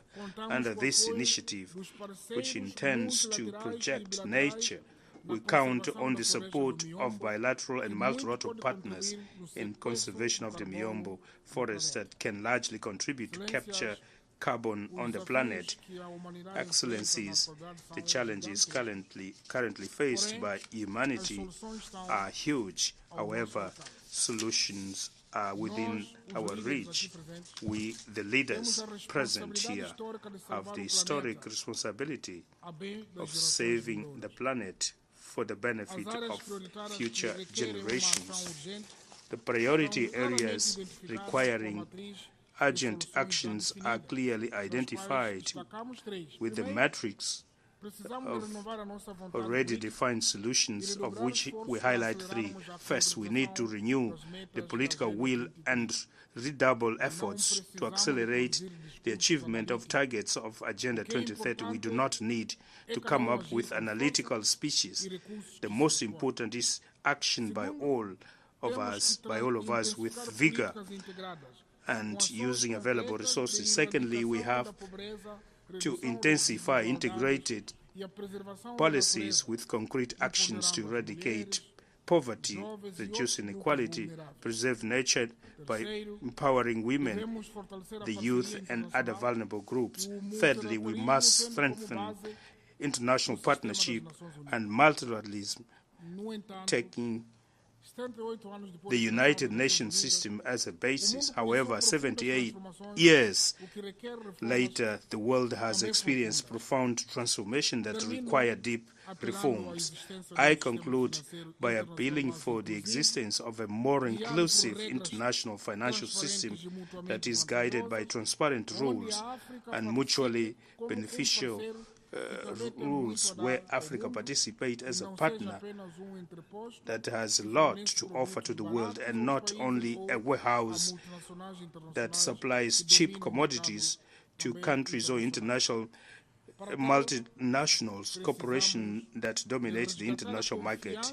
To achieve this, we need to retrieve trust and mutual respect between states, which are the sacred principles of the United Nations Charter.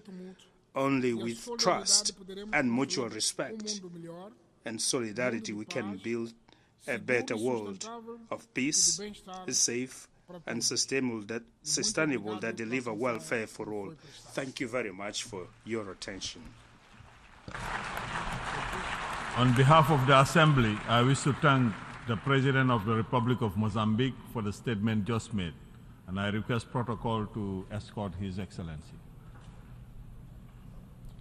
The Assembly will hear an address by His Excellency Laurentino Cortizo Cohen, President of the Republic of Panama.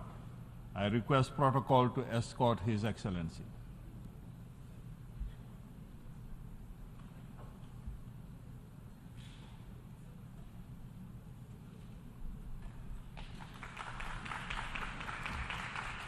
On behalf of the General Assembly, I have the honor to welcome His Excellency Laurentino Cortizo Cohen, President of the Republic of Panama. and to invite him to address the Assembly. Su Excelencia Denis Francis, Your Excellency, Mr. Denis Francis, President of the 78th session of the United Nations General Assembly, Your Excellency, Antonio Guterres, United Nations Secretary General, Heads of State and Government, distinguished delegates,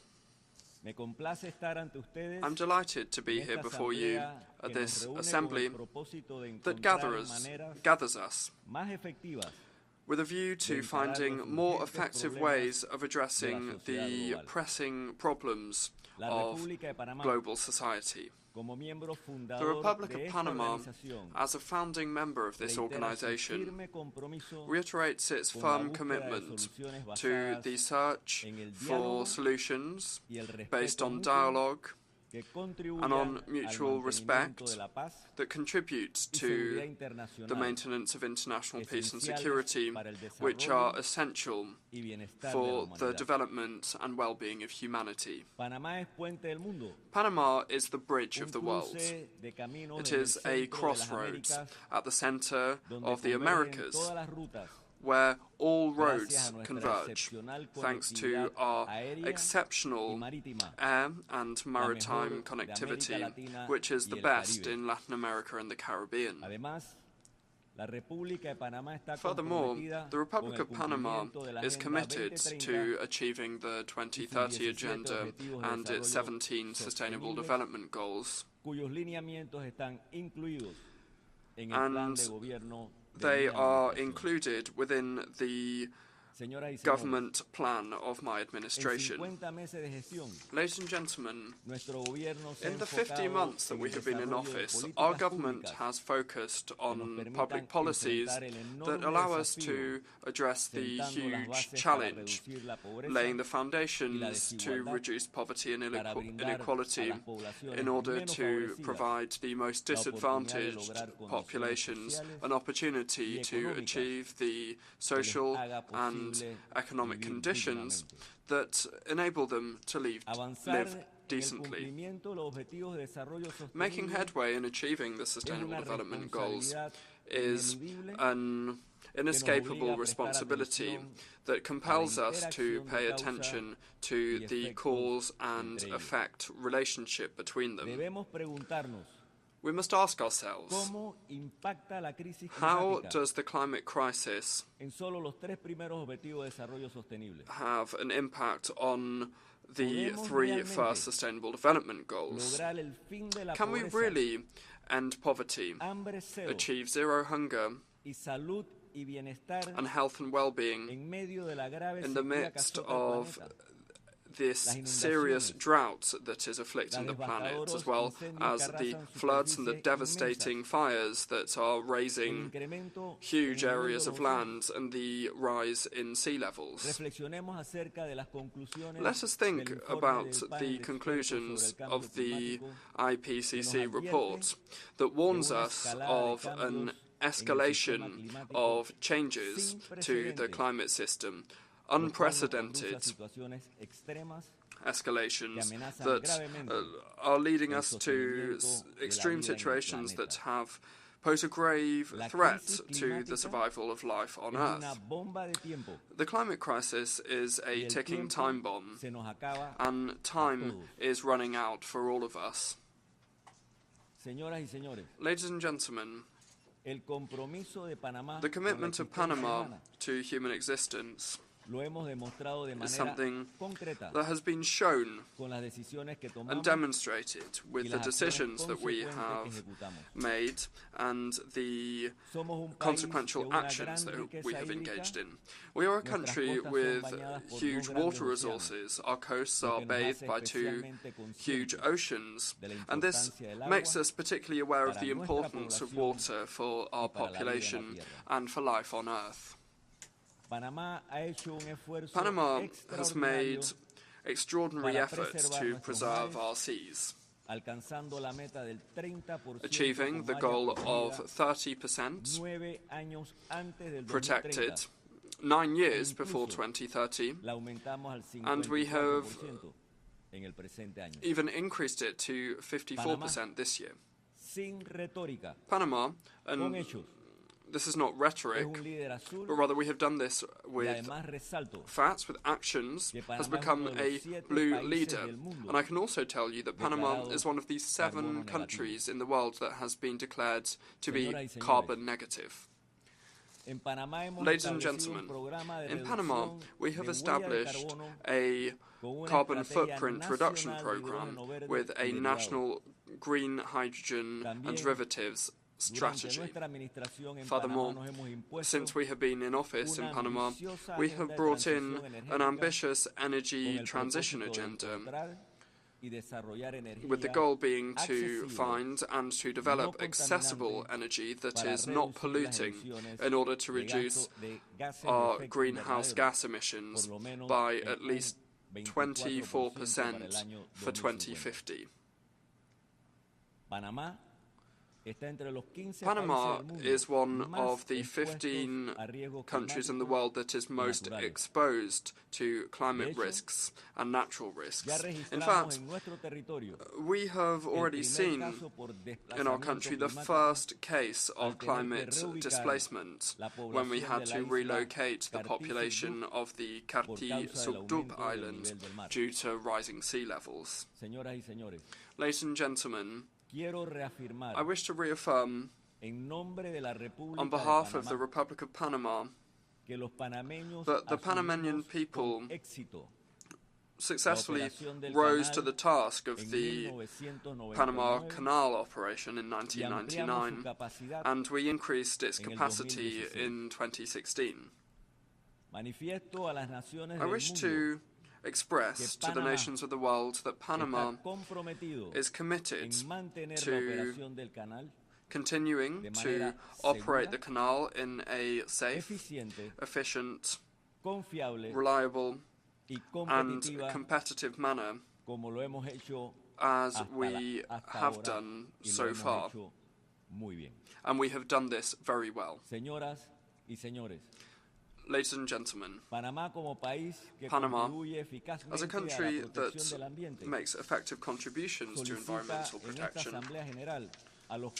asks the most polluting countries here at this General Assembly to respect the commitments made to reduce greenhouse gas emissions.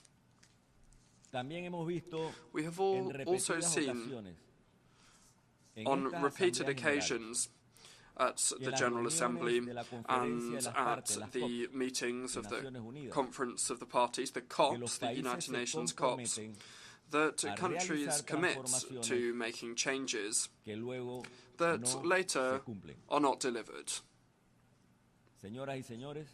Ladies and gentlemen,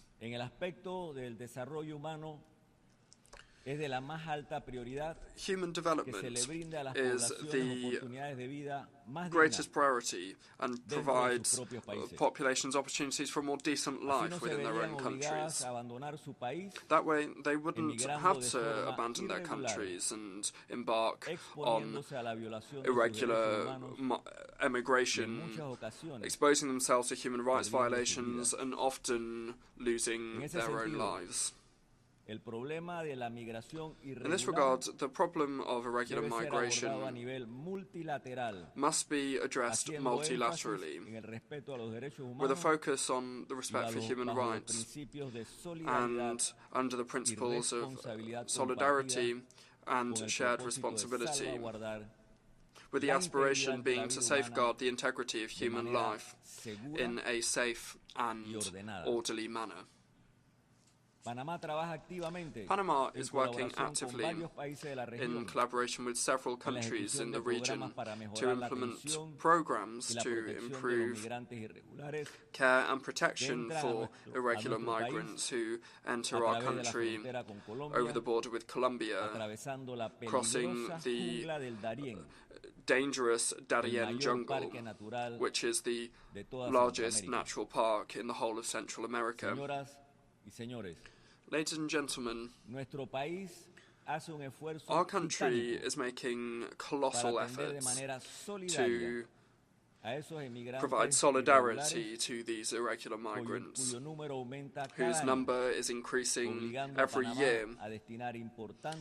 And this is forcing Panama to allocate significant resources to humanitarian aid.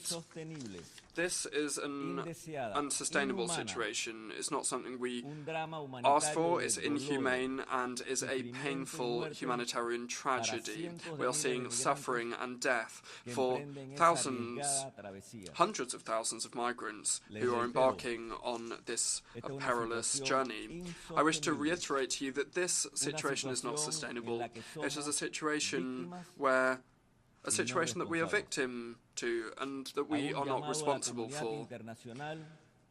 I launch an appeal to the international community to address in its full magnitude the issue of irregular migration, that today is not only concentrated in the Mediterranean, but rather it is a global issue.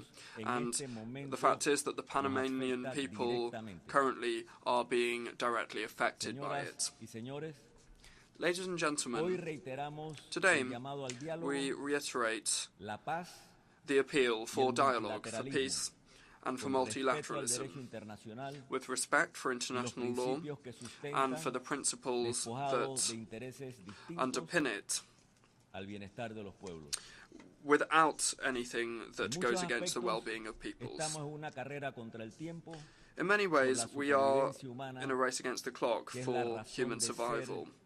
And that is the raison d'etre of this organization that gathers us today. And its actions largely depend on the steps that we take vis-à-vis the future as a global community.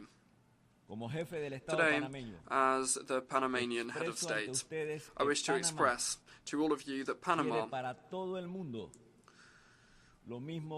wants for the whole world what we want for our own people.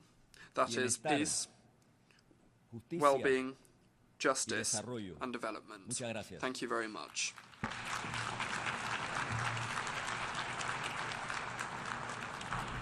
Au nom de l'Assemblée générale, on behalf of the General Assembly, I wish to thank the President of Panama for the statement he just made, and I ask Protocol to please escort His Excellency.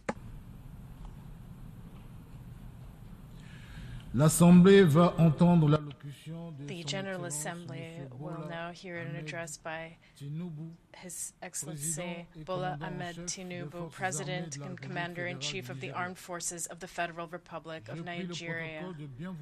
I request Protocol to escort His Excellency. On behalf of the General Assembly, I have the honor of welcoming His Excellency Bola Ahmed Tinubu.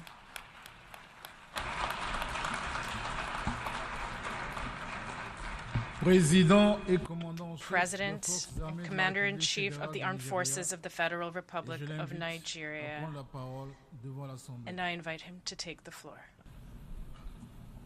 Mr. President, Head of State and Government, Secretary General, distinguished delegates, ladies and gentlemen, on behalf of the people of Nigeria, I congratulate you on your well-deserved election as the President of this session of the United Nations General Assembly. We commend your predecessor, His Excellency Chaba Korochi, for his able stewardship of the Assembly also. We also commend His Excellency Antonio Guterres, Secretary General of the United Nations, for his work seeking to forge solutions to humanity's common challenges. This is my first address before the General Assembly. Permit me to say a few words on behalf of Nigeria, my country, on behalf of Africa, my continent, regarding this year's theme. Many proclamations have been made, yet our troubles remain close at hand. Failures in good governance have hindered Africa, but broken promises, unfair treatment, and outright exploitation from abroad have also exerted a heavy toll on our ability to progress. Given this long history, if this year's theme is to mean anything at all, it must mean something special and particular to Africa. In the aftermath of the Second World War, nations gathered in an attempt to rebuild their war-torn societies. A new global system was born. And this great body, the United Nations, was established as a symbol and protector of the aspiration and the finest ideas of humankind. Nations saw that it was in their own interest to help others exceed the rubbles and wasteland of war. Reliable and significant assistance allowed countries emaciated by war to grow into a strong and productive society. The period was a high watermark for trust in global institutions and the belief that humanity had learned the necessary lessons to move forward in global solidarity and harmony. Today, for several decades, Africa has been asking for the same level of political commitment and devotion of resource that described the Marshall Plan.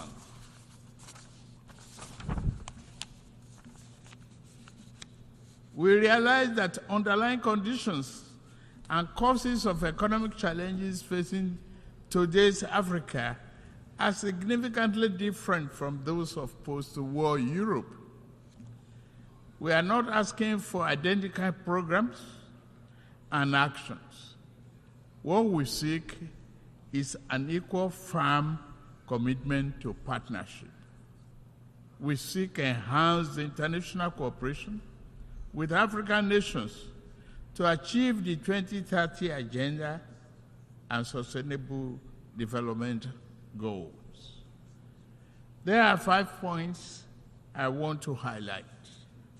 First, if this year's theme is to have any importance at all and any impact, global institutions, other nations, and their private sector actors must see Africa as a development priority, not just for Africa, but in the interest of us all as well. Due to both long-standing internal and external factors, Nigerians and Africans' economic structures have been skewed to impede development, industrial expansion, job creation, and the equitable distribution of wealth. If Nigeria is to fulfill its duty to its people, I know, and the rest of Africa, we must create jobs and the belief in a better future for our people. We are pushing for that. We must also lead by example, and we are doing so, to foster economic growth and investors' confidence in Nigeria, and remove the costly and corrupt fuel subsidy while also discarding a noxious exchange rate system in my first few days in office. Other growth and job-oriented firms are in the wings. I'm mindful of the transient hardship that reform can cause. However, it is necessary to go through this phase in order to establish a foundation for durable growth and investment to build the economy our people deserve. We welcome partnerships with those who not mind seeing Nigeria and Africa assume larger roles in the global community. The question is not whether Nigeria is open for business. The question is how much of the world is truly open to doing business with Nigeria, and how African is an equal, mutually beneficial manner. Direct investment in critical industries, opening airports to a wider range and larger quantity of African exports, and meaningful debt relief are important aspects of the cooperation we seek. Second, we must affirm democratic governance as the best guarantor of sovereign will and well-being of the people. Military coups are wrong, as in any titled civilian political arrangement that is, will perpetuate injustice. The wave-crossing part of Africa does not demonstrate favor towards coup. It is a demand for solution to perennial problem. Let us dig it deeper. Regarding Niger, we are negotiating with the military leaders. As chairman of ECOWAS, I seek to help establish democratic governance in a manner that addresses the political economy challenges confronting that nation, including violent extremists who seek to foment instability in our region. I extend a hand of friendship to all of you who may genuinely support this mission for a democratic governance in that nation. This brings me to my third crucial point. Our entire region is locked in protracted battle against violent extremists. In the turmoil, a dark channel of inhuman commerce has formed. Along the route, everything is for sale. Men, women, and children are seen as chattel. Yet, thousands reach the Sahara, hot and sand, and the Mediterranean cold death in search of a better life. At the same time, mercenaries and extremists with their lethal weapons and vile ideologies invade our region from the north. This harmful traffic undermines the peace and stability of the entire region. African nations will improve our economics so that our people do not risk their life to sweep the floors and streets of other nations. We also shall devote ourselves to disbanding extremist groups on our turf. Yet, to fully contain this threat, the international community must strengthen its commitment to arrest the flow of armed and violent people into West Africa. The fourth important aspect of this global trust and solidarity is to secure the continent's mineral-rich areas from plundering and conflicts. Many such areas have become catacombs of misery and exploitation. The Democratic Republic of Congo has suffered this for decades. Despite the strong UN presence there, what happened? The world economy owes the Republic of Congo much, but gives her very little. The mayhem visited on resource-rich areas does not respect national boundaries. Sudan, Mali, Burkina Faso, Central African Republic, and the list grow on and on and on. The problem also knocks at Nigeria's door. Foreign entities abetted by local criminals who aspire to be petty warlords have drafted thousands of people into servitude to illegally mine gold and other resources. Billions of dollars meant to improve the nation's economy now fuel violent enterprises. If left unchecked, they will threaten peace and place national security at a grave danger.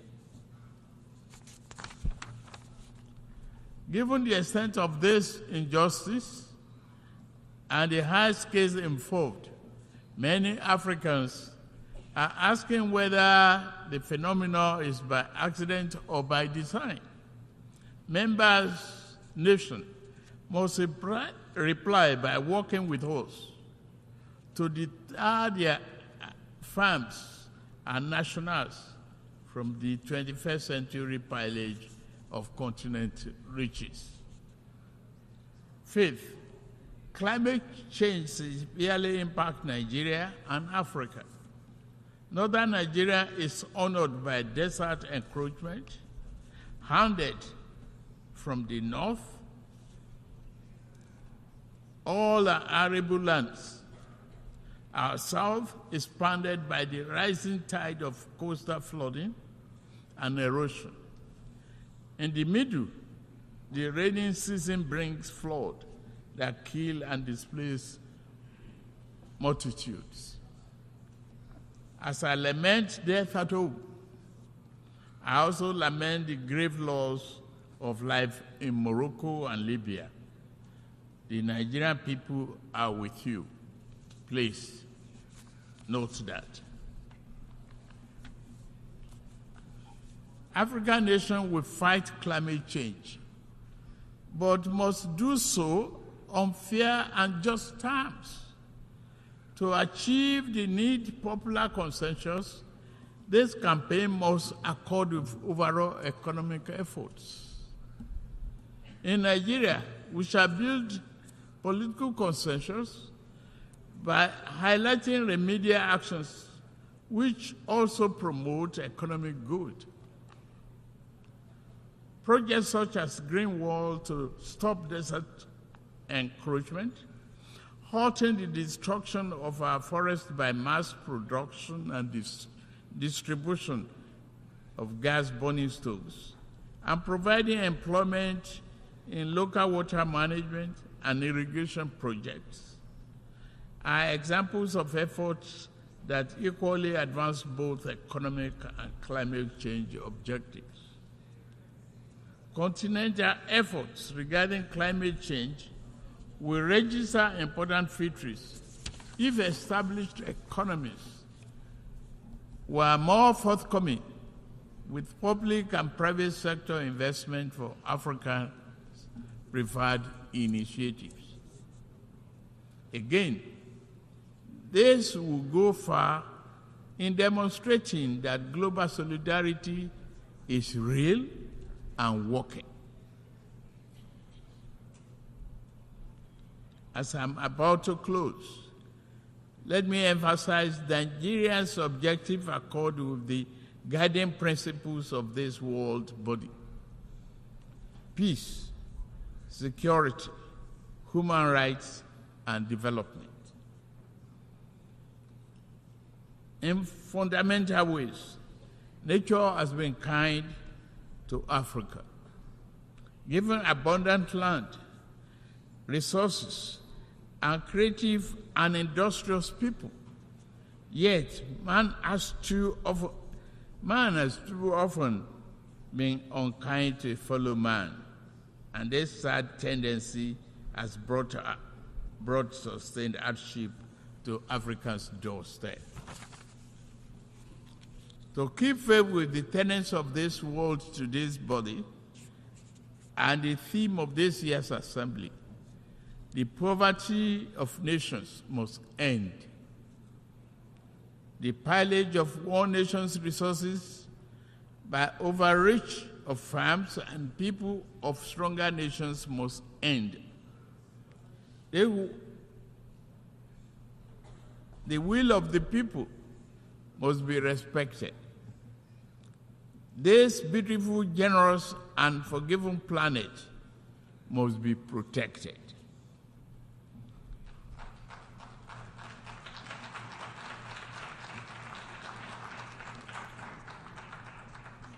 As for Africa, we seek to be neither appendage nor patron. We do not wish to replace old shackles with new ones. Instead, we hope to walk the rich African soil and live under the magnificent African sky, free of the wrongs of the past and clear of the associated encumbrances. We desire a beautiful, prosperous, vibrant, democratic living space for our people, where we do it. To the rest of the world, I say, work with us as true friends and partners. Africa is not a problem to be avoided, nor is it to be pitied. Africa is nothing less than the key to the world's future. I thank you for listening.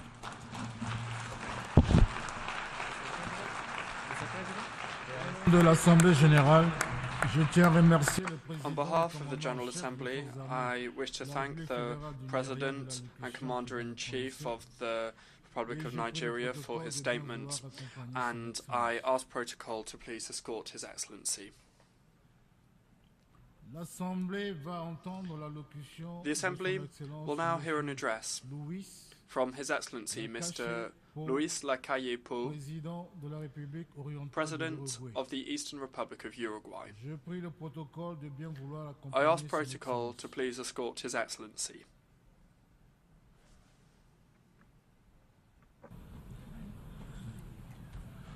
Au nom de l'Assemblée générale, on behalf of the General Assembly,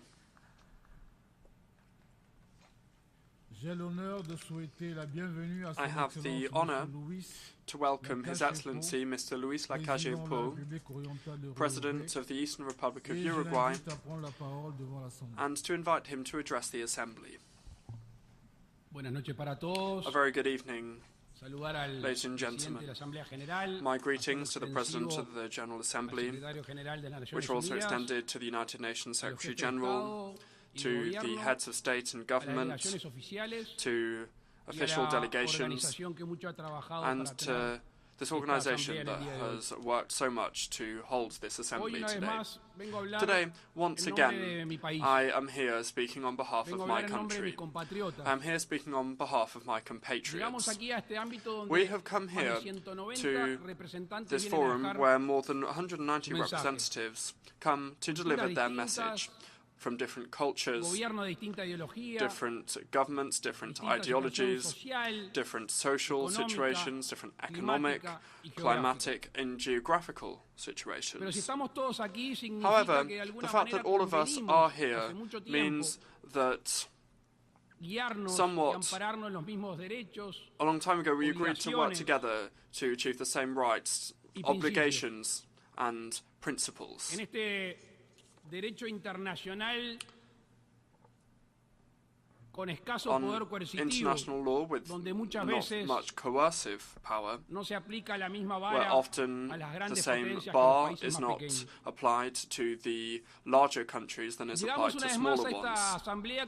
We are back here at the Assembly with a positive vision, an optimistic vision of humanity. However, we objetivamente vivimos en un mundo mejor. Objectively, must say we live in a better world because, of course, nevertheless, we still have challenges to overcome. We are convinced that globalization, ICT, artificial intelligence, real-time communication. All of these things are tools that help for integration and development for our people. Of course, if these tools are used well, we are seeing a growing responsibility of global leaders. Earlier, I heard the United Nations Secretary General emphasize this matter. We are living in a world of a lot of words without actions. We're here, a global leader can bring about consequences with just his words, an international conflict, banking matters, etc., etc. Uruguay has come here to this assembly with a full, stable democracy, with full respect for institutions and the law, which is an historic tradition in our country. And despite the pandemic, despite the Russian invasion, despite different climatic factors, our country's economy has recovered to what it was before the pandemic. Employment has improved, unemployment has decreased, we have historic public investment in infrastructure, and significant direct foreign investment has been received, and a lot has been invested in our country, which shows the significant amount of trust. Our public finances are in good order. Inflation is at an 18-year low. Taxes have been able to be decreased, and at the same time we have undertaken reforms that had been urgent for a long time, such as educational reform and reform to social security. The Uruguayan people have a responsible sense of freedom. Today, when I was writing some of my speech, I remembered what I said here in September 2021. The end of my speech said that the pandemic had reminded us that all of us were one, and for this reason, we are all one, and so based on that I wish to refer to the responsible freedom, international responsible freedom, liberty. It is clear that our well-being as countries, our independent countries, is intrinsically linked to the common good. We need to be aware of this, accept it, and act as a result. Since early on, a lot of heads of state here have referred to the environment. I belong to a country that was classified and given the name Natural Uruguay a few years ago. Renewable energies in our country represent more than 90%. We have significant reforestation. We have sustainable production processes. And I could continue with a long list that underpins this concept of natural Uruguay. After many years of statements and commitments made, the international community really understood that the economy and the environment were intrinsically linked to one another. Uruguay, a few months ago, issued a sustainable bond that is based on prizes and punishments, penalties, depending on the level of compliance with the Paris Agreement. And here I wish to draw your attention to the fact that we are convinced, we understand that this system of benefits and penalties should be applied to international loans, for example, market access, quotas and tariffs. It is not just our vocation to punish lack of compliance, but rather to reward those who engage in processes that are environmentally friendly and that are sustainable. In this way, just like it is when we are children, there are incentives to improve. And this would mean that nations would make more efforts in their domestic economies and also globally. In this same vein, I wish to share a situation that my country is going through with you, and I'm sure your nations are probably going through the same thing. I think we can call this the sin of doing things well. And what am I talking about when I talk about this sin of doing things well? Well, my country has achieved a level of significant human and economic development. And thanks to reaching these standards, often we do not benefit from systems of cooperation, from preferences, for example, instruments for international trade support. And of course, I would be remiss not to share the spirit with which these mechanisms were created, but I do think that we need to take a fresh look at them, because often countries grow and then they lose access to these conditions. I wish to make it clear that Uruguay is not coming here to beg or make exaggerated claims. However, simply what I was referring to, responsible international liberty, I think that it's necessary to act with justice. If we do things well, we should act as a consequence of this, and this means nothing less and nothing more than improving access to opportunities. Just to wrap up, because I know you've had a long day, I wish once again here at this forum, like others have done, to firmly condemn the Russian invasion of Ukraine and express our solidarity to the Ukrainian people. Further, I wish to agree with the Secretary General, the United Nations Secretary General, and raise our voice against authoritarian populism that are bringing impoverishment to their peoples, violating human rights, and condemning current and future generations. Once again, perhaps here we should engage in a mea culpa, because often the absence of a robust and effective reaction from the international community has led to us not avoiding these types of situations. Thank you very much. On behalf of the General Assembly, I wish to thank the President of the Republic of Uruguay, and I request protocol to escort His Excellency. The Assembly will hear an address by His Excellency Petr Pavel, President of Czechia. I ask protocol to escort His Excellency.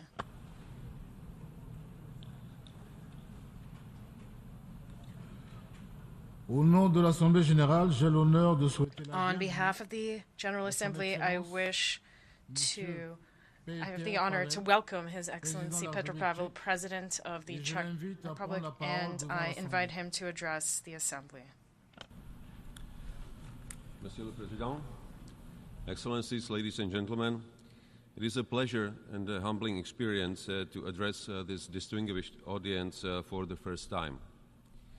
This forum carries great responsibility for the shape of humanity's future. First and foremost, I see my address as an opportunity to present a view of how we can coexist and cooperate as nations and global citizens. Czechia aims to play a proactive role and responsible role within the global community. No one can cope with the current global challenges alone. That is why we strongly support the reform proposed by the UN Secretary General in our common agenda. We want to work together on a more effective and inclusive multilateral system that is able to address the needs that we face.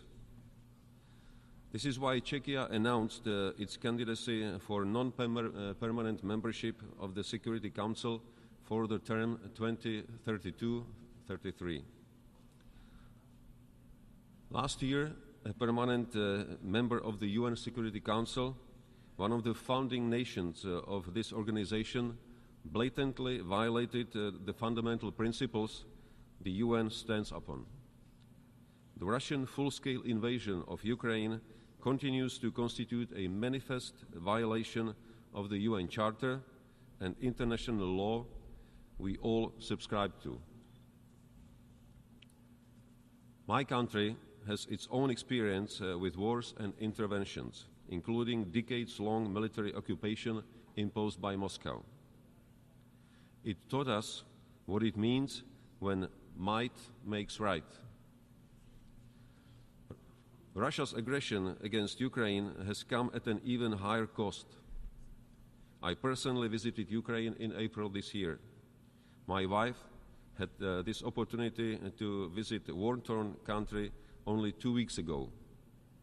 I saw the infamous crime scenes of Bucha and Borodyanka.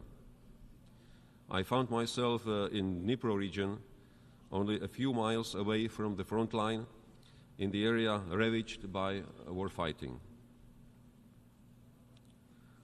The account of Russia's atrocities, human rights violations, and ferocious attacks against the innocent civilian population is overwhelming. Children forcibly separated from their families, deported for re-education in order to make them forget their culture and who they are. Entire towns and villages wiped out for no reason. Mass graves and torture chambers in which people just disappear. Sadly, the evidence tells the story better than any statement. The list of stories full of horror is endless. Yet we cannot just passively observe it. This must end. Russia must unconditionally withdraw all troops from the entire territory of Ukraine within its internationally recognized borders. Russia's leaders must be held accountable for the crime of aggression against its neighbor. This is why we have extended our support to the establishment of a special tribunal to prosecute the crime of aggression against Ukraine. It is our duty to ensure that those responsible for war crimes and crimes against humanity are held accountable. Apart from violence, injustice, and suffering of civilians, every war also brings destruction. Reconstruction of Ukraine may be the largest rebuilding effort in modern history. We support establishing the register of damage caused by Russian military, and we call on all states to join these efforts. Czechia will support Ukraine in its defense as long as necessary. From day one, we have stood by Ukraine's side and provided the defenders with weapons and ammunition. With the outburst of the Russian aggression against Ukraine, Czechia has also stepped up its support for Russian and Belarusian pro-democratic voices, and Prague has become an important hub for journalists and human rights defenders in need. For over 18 months, Czechia has been providing humanitarian assistance to the war-affected Ukrainian population. Per capita, my country has received more Ukrainian refugees than anybody else, mostly women and children. What Ukrainian people truly deserve is peace. Not just any end of hostilities, but just and durable peace.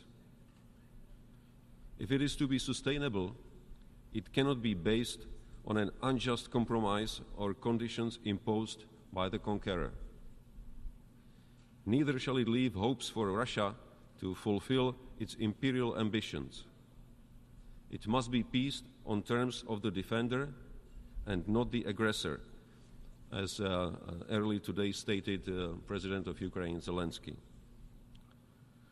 Don't forget, the damaging impacts of Russia's aggression are felt across the world. Russia's blockade of Ukrainian ports and destruction of infrastructure and grain continues to weaponize global food security in the most reckless and cynical way. Let me be very clear. Ukraine's security is our own security. From Africa to Europe to Latin America to Asia. I call on leaders of the free world to keep the unity and support of Ukraine.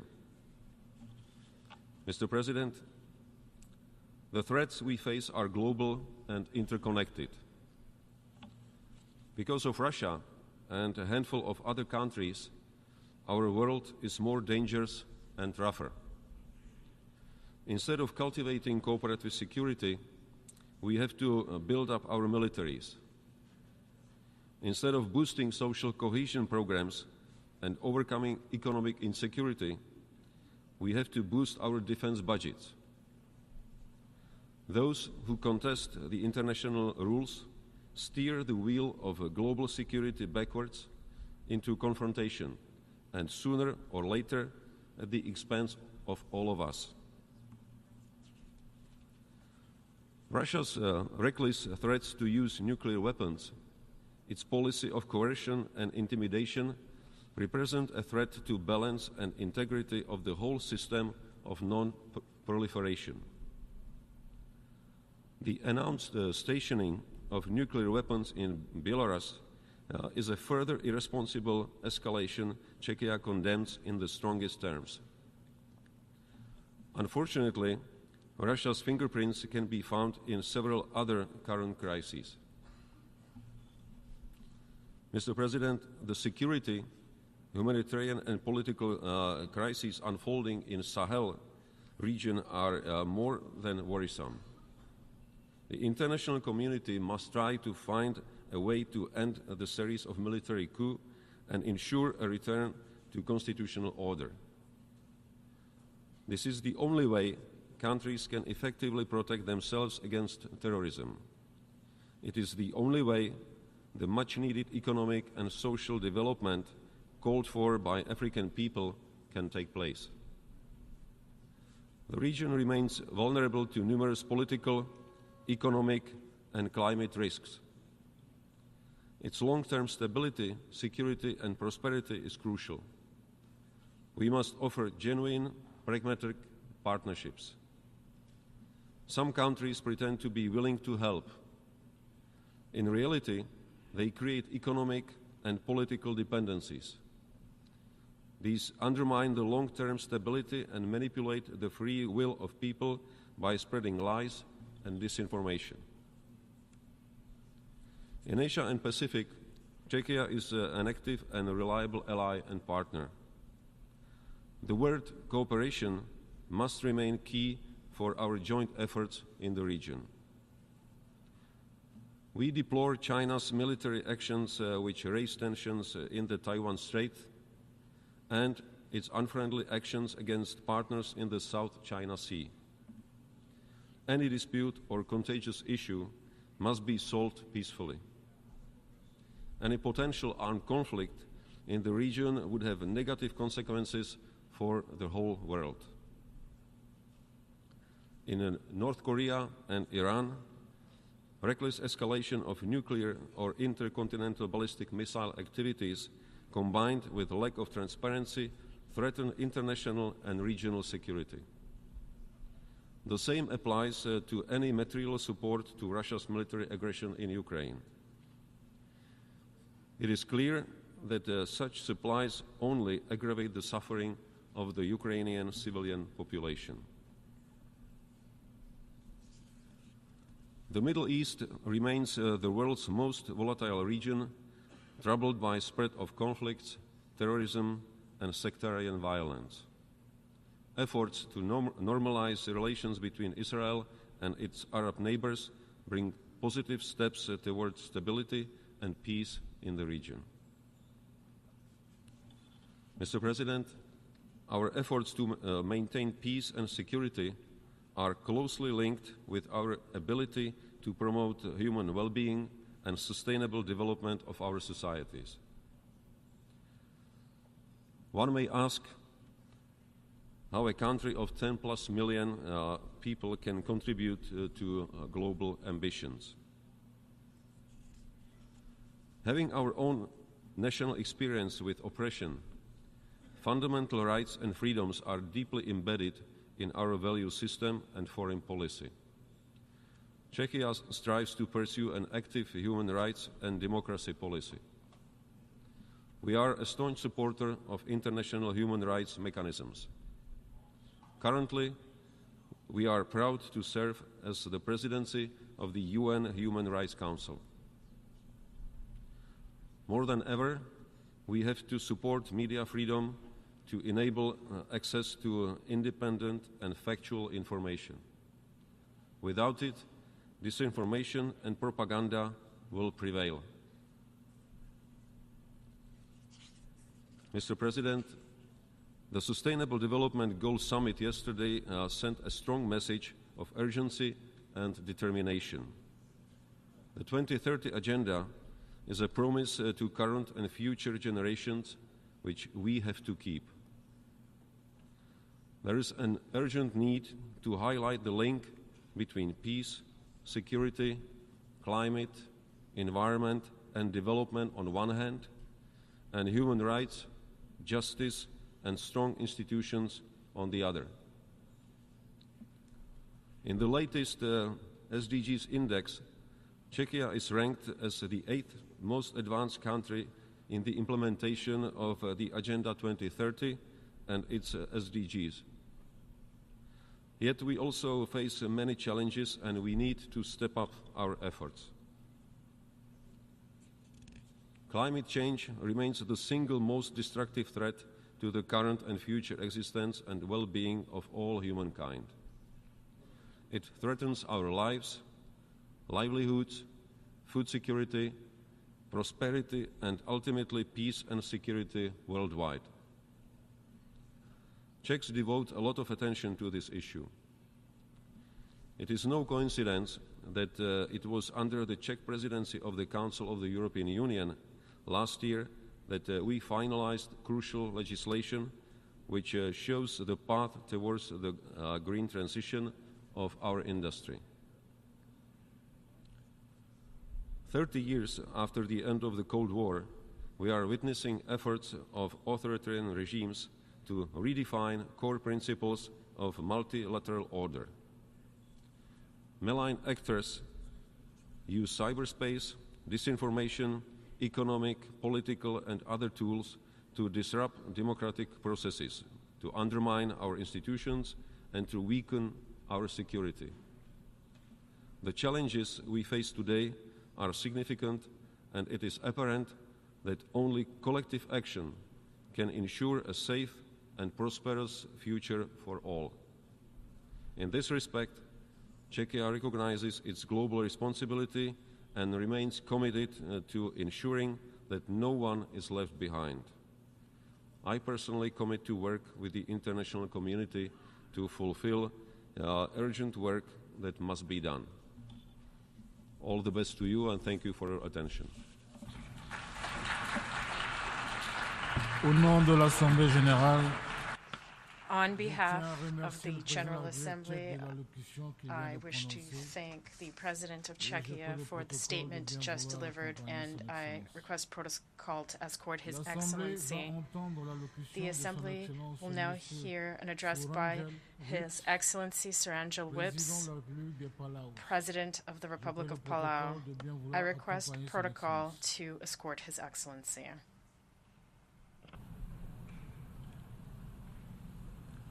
On behalf of the General Assembly, I have the honor to welcome His Excellency Sir Angel Whips, President of the Republic of Palau, and to invite him to address the Assembly. President Dennis Francis, Secretary General Antonio Gutierrez, Excellencies, ladies and gentlemen, Ali, and warm greetings from the people of Palau. President Francis, congratulations on your election. As a fellow islander, you are well aware and acquainted with the common challenges that SIDS face, from economic resilience and climate change to financing and security. We all look forward to working with you over the next year to meet these challenges. Secretary General Gutierrez, we thank you again for your tireless efforts and advocacy for a more secure, prosperous, and sustainable world, which is our ultimate goal and what brings us here today. The 2030 Agenda for Sustainable Development is a universal call to action. As a small island developing state, Palau faces economic challenges related to our small population. We are vulnerable to climate change, and we struggle with the high cost of imported foods and goods, and face infrastructure challenges due to our remote location. These shared issues highlight the unique challenges faced by SIDS in our pursuit of sustainable development and a better life for our people. Mr. President, like other SIDS, Palau is working to build a diverse and resilient economy. We are looking to the digital world, which doesn't rely on land mass, but on our determination to succeed. The new perspective is born out of a harsh lesson learned when Punchit started coming about 7 years ago. In 2016, Palau's economy, heavily dependent on tourism, had a significant downturn. When first, in 1 year, we lost 13% of our tourism. And by 2019, these numbers had dropped by 47%. And in fact, when COVID-19 hit and in 2021, that number had reduced to 3,400 visitors, or we lost 98% of our tourism numbers since 2015. Mr. President, I share these figures to underscore the susceptibility of external influences and the profound impact they have on our national economy. Already suffering from the drop in tourism, Palau was hit hard by the worldwide delay of goods caused by the pandemic. Factories shut down and logistical challenges led to delays in the delivery of equipment and supplies. Prices soared, and Russia's invasion of Ukraine further aggravated the situation, causing gas prices to skyrocket. The economic downturn experienced by Palau underscores the interconnectedness of our global community. If tourism challenges and COVID-19 were the 1-2 punch, the inflated cost of goods could have very well knocked us out. Luckily, we had the help and support of partners. The invasion of Ukraine by Russia, although geographically distant, had a ripple effect that led to high inflation and prices in Palau. This situation raises the importance of security and how destabilizing conflict can be to world order. There are Palauans today who survived a war that was not of their own making, only to suffer the ripple effects of another. Current events serve as a stark reminder of the urgent need for peace and stability worldwide. We unequivocally condemn Russia's invasion of Ukraine and call for an immediate cessation of hostilities. Similarly, we urge the United Nations and all parties involved in the Taiwan Straits to exercise restraint and seek a peaceful resolution to reduce tensions. The well-being and prosperity of nations and their economies are intrinsically linked to global peace and stability. For the last 2 years, we have been striving to build a resilient economy amidst external pressure. A significant challenge has been outmigration. Since 1994, when we gained our independence, nearly half our population has left and seeking new opportunities outside and beyond our shores. The brain drain has not only reduced local capacity, but has hindered growth. We are grateful to partner nations, including the United States, Japan, Taiwan, and Australia, and others that provide assistance in training capacity to upskill our local population as well. And we are encouraged by discussions to promote economic investments and potentially create job opportunities that can help discourage outmigration and promote economic growth. Climate change is the most significant challenge to our progress toward achieving sustainable development. The impacts are evident in our coastal areas, agricultural lands, marine resources, and cultural heritage, and most importantly, our livelihoods. Assisting in mitigating and adapting to these impacts is crucial for our continued progress and survival. In my youth, I'd spearfish on the reef with my father, helping to provide for our family. There was one remote island in Palau, southern waters, where we would go. It was alive with birds, turtles, and fish and clams. Recently, I revisited this island with my children, witnessing turtles laying their eggs. The island had diminished in size by 2/3 due to sea level rise. And sadly, half the turtles' eggs that were laid that night were in the tidal zone and unlikely to survive.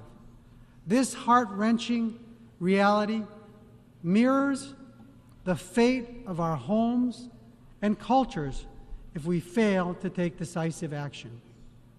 We urgently call on the G20 nations, responsible for 80% of global carbon emissions, to uphold their commitments to the Paris Agreement and limit warming to 1.5 degrees.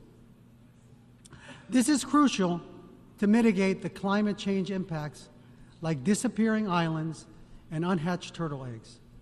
As major emitters, the G20 nations have a crucial role to play in emission reduction and leading the path towards sustainable development.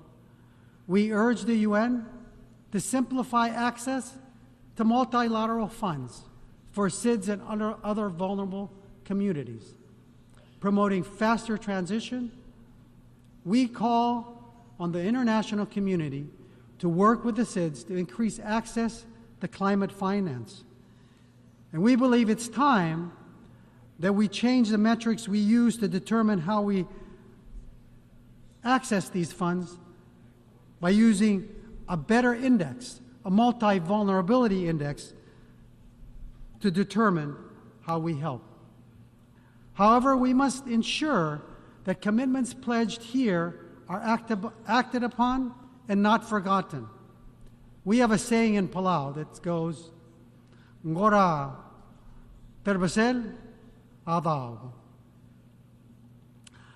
Let's not be like the foam riding on the waves of the ocean, drifting without settling. This Palauan saying refers to meetings where much is said, but afterwards no action is taken. Despite these challenges, we acknowledge progress that has been made.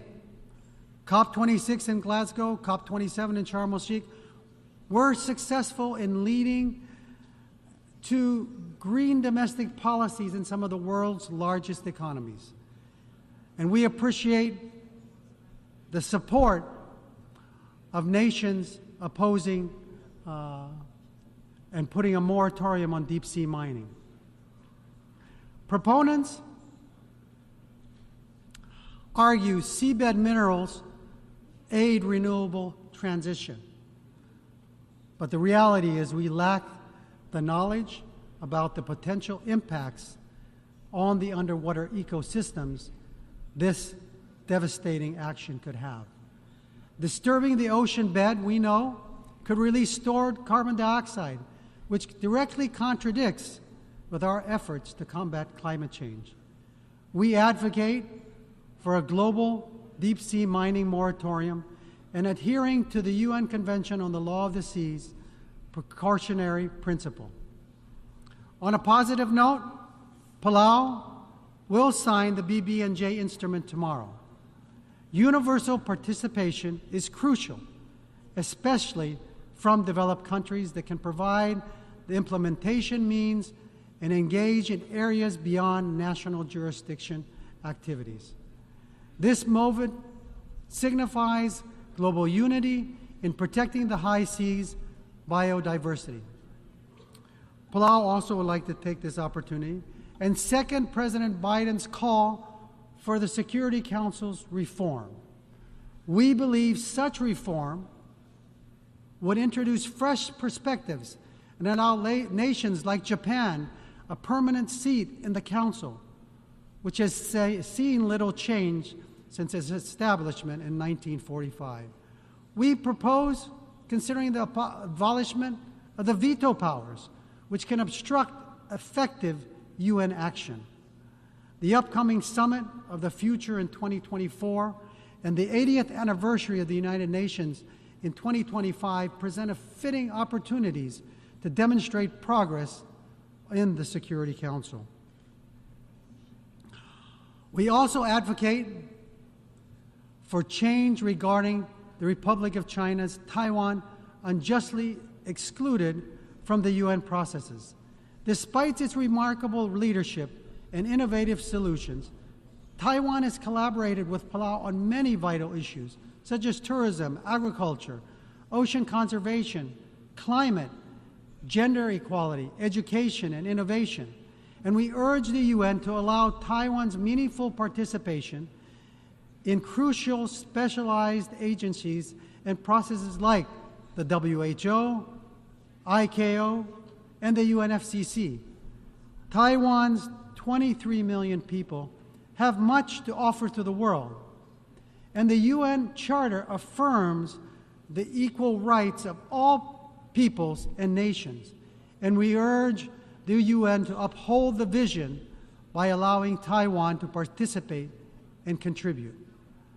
Our world is under siege from war and climate change and threats that undermine sustainable development and have driven many into poverty. The Ukraine crisis exemplifies this, with lives lost, property destroyed, and essential supplies disrupted. These crises are not distant threats, but harsh realities affecting millions, including those in the Pacific Islands. We must act now to improve life across our shared ocean and world. The Palauan story of Tebang, a son, teaches us about unity.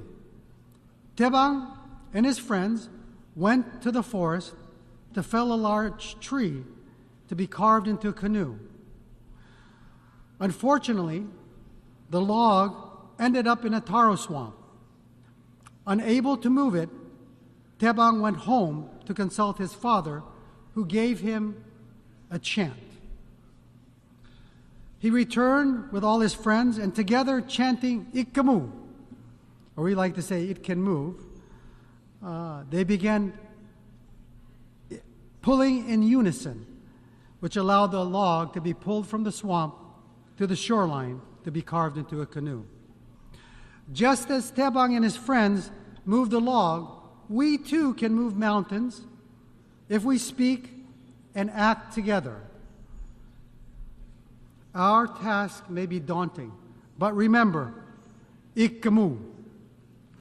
We can move towards a sustainable future where our grandchildren can breathe clean air, swim in pristine seas, live in peace, and prosper. So let's raise our voices together and chant ikkamu. Let's move this world toward a better tomorrow. Together, we are unstoppable. Together, we can ensure a thriving planet for generations to come.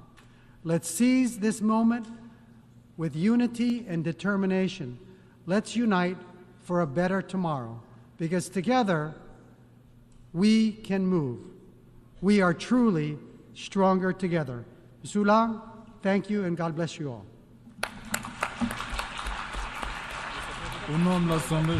On behalf of the General Assembly, I wish to thank the President of the Republic of Palau for the statement just made, and I request protocol to escort His Excellency.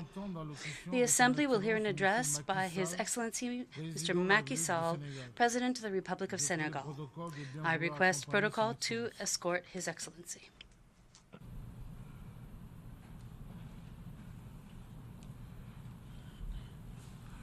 On behalf of the General Assembly, I have the honor to welcome His Excellency Macky Sall, President of the Republic of Senegal, and to invite him to address the Assembly. Thank you, Mr. President, President of the General Assembly, dear colleagues, Secretary General, ladies and gentlemen, distinguished delegates. President, on behalf of Senegal, I wish you every success as you preside over the work of the General Assembly. I thank your predecessor, and I renew our support to the Secretary General as he carries out his work in the service of this organization. Since our last session, the state of the world has not improved. For millions of people, daily life is one of fear, violence, poverty, and inequalities. Many countries continue to suffer from the economic and social impact of the COVID-19 pandemic. Climate change has reached an unprecedented level. The tragedy of illicit migration reminds us of the need to implement the Global Compact for safe, orderly, and regular migration, and to continue to combat the criminal networks that are organizing this illicit traffic in human beings. A high-intensity war is leading to humanity standing at the risk of a major disaster. In Africa, the resurgence of coups d'etat remain a subject of grave concern. Senegal reiterates its firm condemnation of any type of anti-constitutional government change. The current emergency is also that of terrorism, which continues to gain ground in Africa without appropriate action taken by the Security Council. Particularly during its mandate in the Council in 2016 and 2017, Senegal has repeatedly raised the inefficiency of the peacekeeping operations in Africa, whose mandates and equipment are not in line with the current situations. There is no peace to maintain where the peace needs to be restored. Armed groups need to be fought. Those who are pillaging and attacking innocent populations every day. They're occupying entire territories and threatening states threatening the very existence of states. The tumultuous history of two current peacekeeping missions in Africa are quite telling when it comes to this. And therefore, Senegal once again calls on the Security Council to fully assume its responsibilities in combating terrorism in Africa under the mechanism of collective security as envisaged in the Charter. In the same spirit, we call for de-escalation and a peaceful settlement to the war in Ukraine. We renew our support to the right of the Palestinian people for a state that is living coexisting peacefully with the State of Israel, both within their safe and internationally recognized borders. Mr. President, the theme of this session reminds us that the ideal at the very foundation of multilateralism is to create and promote confident, confident and inclusive relations between countries, relations that are created in solidarity. Senegal recognizes the significant services that the UN system and that of Bretton Woods has been giving to its member states for almost 80 years now. But we all know that the multilateral system is the heritage of our past, and now it is obsolete. As was rightly said by the Secretary General Antonio Guterres, a system that continues to ignore the realities of its time and the needs of more than three-quarters of its members highlights the inequalities, generates the conditions for this system to be contested, and provokes a risk that it may fragment. If we want to avoid this fragmentation, wisdom would tell us that we need to reform political, economic, and financial governance at the global level. It must be more just, more representative of the diversity, and thus reaffirm its legitimacy. We can do so if we devote the necessary political will to it. The G20 showed this by admitting the African Union as a full member. I warmly thank the members of the G20 for their unanimous support to this initiative, which Senegal had proposed while it was presiding over the African Union. We hope that this example of inclusion given by the G20 will be followed by the Security Council and the Bretton Woods institutions for a multilateralism that is more representative of the interests of all its members.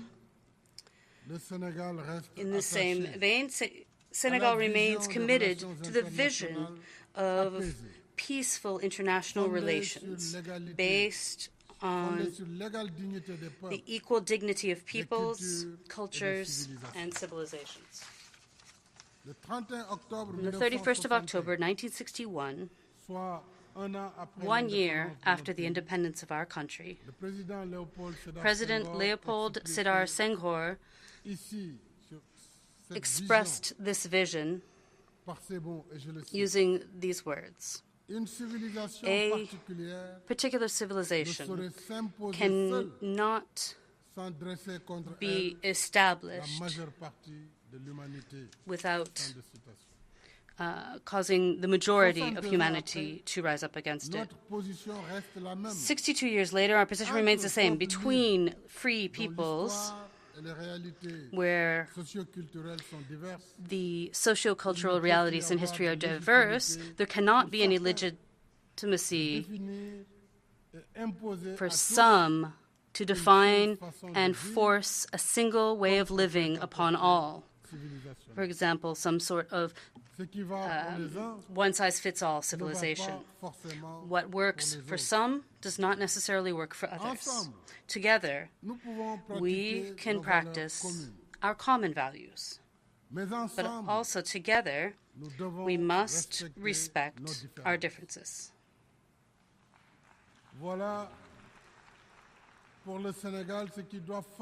This, for Senegal, is what must be the foundation of a revitalized universalism, one that is more open, more effective in addressing the challenges of our time. And amongst these challenges is the climate crisis. While extreme phenomena are multiplying, Senegal remains committed in the implementation of the Paris Accord on climate change.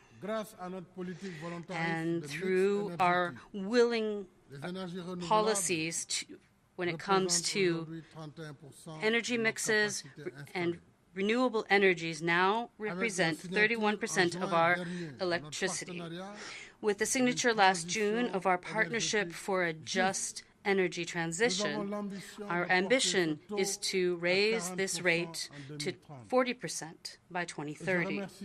And here I thank the partner countries that have supported us in the mobilization of 2.5 billion euros over an initial period of 3 to 5 years, beginning in 2023, to finance our projects under this partnership. At the same time, we will continue the completion of carbon-neutral infrastructure, those that are resilient to climate change. These include 2 projects of mass transport, a regional express train and a rapid transit bus line, both of which will be electric. With the implementation of our national and continental projects under the Great Green Wall, our countries are clearly committed to climate action in line with their means available. Green projects in Africa are financed through commercial debt, but they should be supported by the mobilization of $100 billion a year as established during COP15 in 2009 to finance climate action. Climate justice would mean that the continent that contributes less than 4% of emissions and that suffers the most should not be condemned to become indebted to repair and prevent the damage that it is not responsible for. Senegal is in favor of just, equitable energy transitions, those that take into account the specific needs of our countries, including universal access to electricity, something that more than 600 million Africans are still without. Thus, if we want COP28 to be a meeting of promises that were kept, we must ensure that the announced financing be available and accessible through simplified and transparent procedures and modalities. Mr. President, dear friends, the 25th of February 2024 will be the date of the Senegalese presidential election. Like those that have come before, it will be democratic, free, and transparent. And the 2nd of April, I will pass the power to my successor after 12 years at the head of our country. I would like to thank the member countries of our organization for their friendship and their cooperation. Being the voice of Senegal, creating and maintaining friendships in this Assembly of Nations, where our common efforts are towards our common goals, was a great honor for me. On behalf of the people of Senegal, I wish to express my gratitude to all my colleagues, and I ask them to welcome my successor with the same friendship and the same consideration. I will keep the same feelings of friendship and cordial respect for you all. I am confident that the Senegalese tradition of openness and dialogue will be that of my successor, as he remains committed to the trusting friendships that unite our country and all the members of the United Nations. Ladies and gentlemen, I thank you for your kind attention.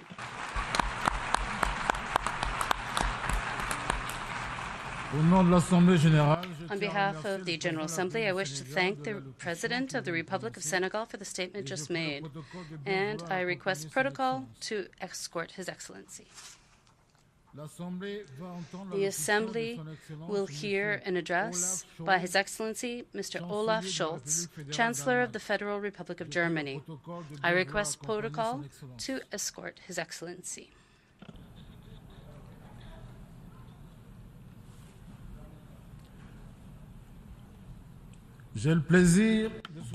I have the pleasure to welcome His Excellency Mr. Olaf Scholz, Chancellor of the Federal Republic of Germany. I invite him to address the Assembly. Herr Präsident, Mr. President, ladies and gentlemen, 50 years ago, almost to the day, two German states joined the United Nations. The then German Democratic Republic as the 133rd member, and the Federal Republic of Germany as the 134th member. This step is of great importance to us Germans to this very day, for membership of the United Nations enabled my country, the instigator of terrible wars and horrific crimes, to return to the family of peace-loving nations. We're profoundly grateful for this chance. This return was not free of requirements. The accession of the two German states was preceded by a visionary policy of détente. The aim, as my predecessor, Federal Chancellor and Nobel Peace Prize laureate Willy Brandt said here in New York 50 years ago, was to fill in the rift of the Cold War. Three things were essential for this. First of all, the clear commitment of both German states to resolve conflicts without force. This was laid down in the basic treaty between Bonn and East Berlin, as well as in the treaties which the Federal Republic of Germany concluded with its eastern neighbors. The second prerequisite was the renunciation of any form of revisionism, by recognizing Germany's new borders drawn after the Second World War as inviolable. At the time, many people in West Germany were opposed to this. In retrospect, however, it proved to be the right decision. Finally, the third prerequisite was a foreign policy that did not ignore the realities of the Cold War, and which, at the same time, always remained focused on overcoming the status quo, that is to say, the confrontation between the blocs, and thus also the unnatural division of Germany. When I look back here today at the beginnings of our membership of the United Nations, I'm doing so not only out of historical interest. Rather, it is because the prohibition of the use of force still remains the unfulfilled core pledge of our United Nations. Because the inviolability of borders and the sovereign equality of states also have to be defended in our multipolar world by us all. And because we today, especially today, need the courage, creative energy, and will to fill in the rifts which are deeper than ever. Germany is strongly committed to these three ideals: the renunciation of the use of force as a political instrument, the rejection of any kind of revisionism, and the determination to engage in cooperation beyond any dividing factors. It is to these ideals that we Germans owe the great fortune of living in a unified country today, in peace with our neighbors, friends, and partners around the world. At the same time, what Willy Brandt stated here 50 years ago is all the more true today. In a world in which we are increasingly dependent on each other, a policy for peace must not stop on our own doorstep. German policy can and never will be limited to pursuing our interests with no consideration for others, because we know that our freedom, our democracy, and our prosperity are deeply rooted in the well-being of Europe and the world. That is why the order of the day is not less cooperation, perhaps packaged today as decoupling or as cooperation only among the like-minded. Instead, we need more cooperation. Existing alliances must be strengthened and new partners sought. For this is the only way to reduce the risks of excessively one-sided dependencies. This is all the more true in a world which, in contrast to 50 years ago, no longer has only two centers of power. Rather, it has many. Multipolarity is not a new order. Anyone who assumes that smaller countries are the backyard of larger ones is mistaken. Multipolarity is not a normative category, but a description of today's reality. Anyone seeking order in a multipolar world has to start here at the United Nations. That is why Germany supports the UN system and, as the second largest contributor after the United States, pays its regular budget assessment with full conviction. Only the United Nations, on the basis of the values enshrined in its charter, can fully realize the aspirations of universal representation and sovereign equality for all. That cannot be said of either the G7 or the G20, as important as they are for achieving international consensus, or of BRICS or other groups. I know that some will counter by asking, is the United Nations not all too often unable to take action, paralyzed by the antagonisms of its heterogeneous membership? My response to them is, the obstruction of a few, no matter how influential they are, should not lead us to forget that we, the overwhelming majority of states, agree on many things. All of us, almost all of us, want force as a political instrument to remain banned. All of us have an interest in ensuring that the sovereignty, territorial integrity, and political independence of our countries are respected. And all of us should know what this requires, namely, that we also grant others these rights. These golden rules are universal, even if many of us were not yet sitting around the table when the UN Charter was adopted in 1945. Yet, only 10 years later in Bandung, Indonesia, it was the African and Asian states liberated from colonialism that raised their voices to call for self-determination, territorial integrity, the sovereign equality of all states, and a world without colonialism and imperialism. This seems more relevant today than ever before. It is by these principles that we, whether large or small, will all be judged. These principles must also form the basis when it comes to reshaping our multipolar world. Only then can the global challenges of our time can be mastered. The greatest challenge of all is anthropogenic climate change. Of course, the traditional industrialized countries have a special responsibility in the fight against the climate crisis. However, many other countries are among the biggest emitters today. Instead of waiting for others, we all have to do more together to achieve the Paris climate goals. Each and every one of us must have the opportunity to gain the same level of prosperity as people in Europe, North America, or in countries such as Japan or Australia. However, our planet will not survive if this economic development is attained with the technologies and production processes of the 19th or 20th centuries with combustion engines and coal-fired power plants. This leads us to one conclusion. We have to decouple economic development from CO2 emissions. This is already happening in many countries, for we have the solutions and technologies. As a key nation in the field of technology, we are offering to cooperate here for the common good. If producers of renewable energies and their industrial users come together across continents, we will create new prosperity together in many places around the world.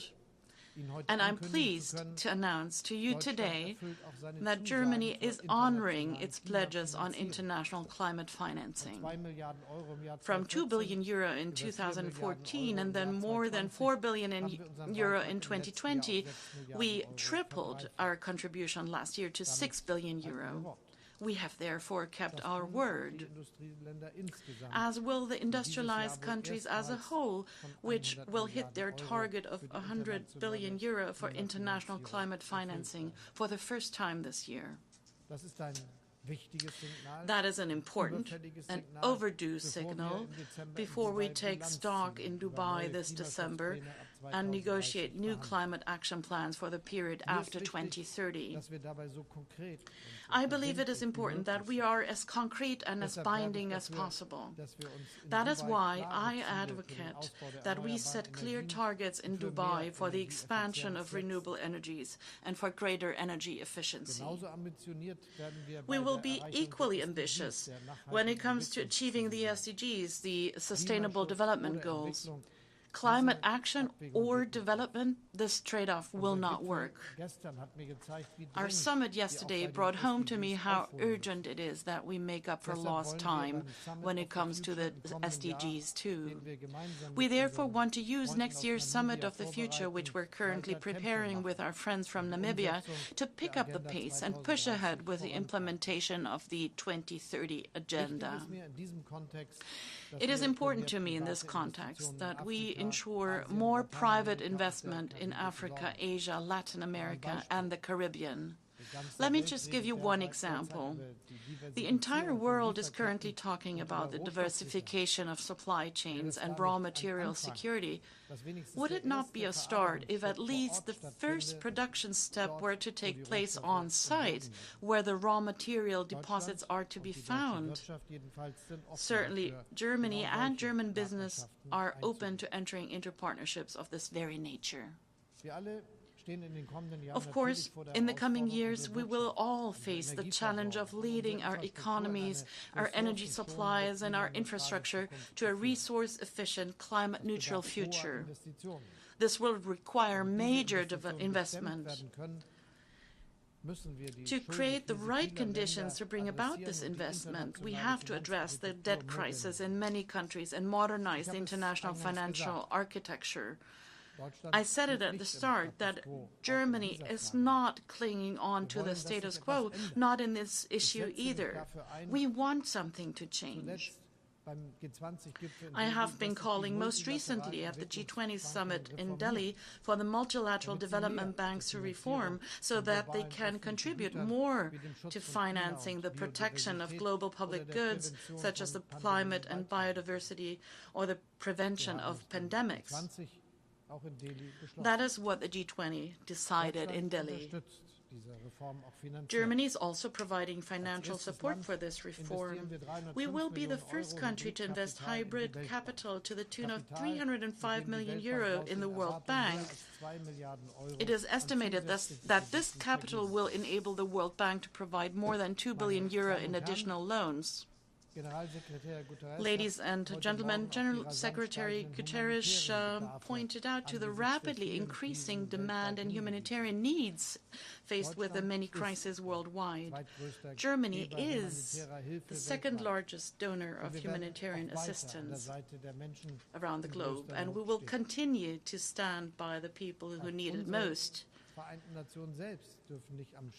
And our United Nations itself must not cling to the status quo, ladies and gentlemen. And by that I mean two things. Firstly, the United Nations must tackle the challenges of the future, just as Secretary General Antonio Guterres has proposed. One of the major issues, in my view, is how we can ensure that innovation and technological advances can be used by humanity as a whole. Artificial intelligence, for example, offers tremendous opportunities, and at the same time, it can cement the division of the world if only a few benefit from it, if algorithms only take into account part of the reality, if access is limited to richer countries. That is why Germany is actively fostering the exchange on the global digital compact. We should also talk about common rules for the possible use of generative artificial intelligence as a weapon. Another question that will define our future is how the United Nations itself represents the reality of a multipolar world. To date, it does not do that sufficiently. That is most evident in the composition of the Security Council. I am therefore delighted that a growing number of partners, including 3 of the permanent members, have stated that they want to see progress on reform. However, one thing is clear: Africa deserves greater representation, as do Asia and Latin America. Under this premise, we can negotiate a text with various options. No country should obstruct these open-ended negotiations with excessively high demands. Germany will not do that either. Ultimately, it is up to the General Assembly to decide on a reform of the Security Council. Until then, Germany would like to shoulder responsibility as a non-permanent member of the UN Security Council, and I ask you to support our candidacy for the years 2027-2028. Ladies and gentlemen, when I speak these days before this Assembly of Peace, then my thoughts are with those for whom peace is a distant dream. My thoughts are with the Sudanese who have become victims of a brutal power struggle between 2 warlords, with the men and women in eastern Congo and as we speak, the people in Nagorno-Karabakh. The renewed military activities lead into a dead end. They need to end. And of course, my thoughts are with the Ukrainians who are fighting for their lives and their freedom, for independence and their country's territorial integrity, in order to safeguard those very principles to which we all committed ourselves in the UN Charter.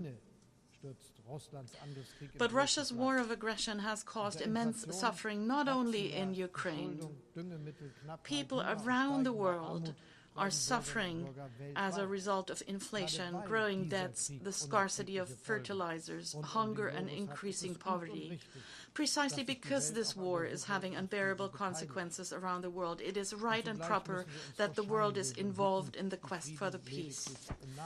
And at the same time, we should beware of phony solutions which represent peace in name only.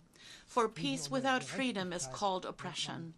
Peace without justice is called dictatorship. Moscow, too, must finally understand that.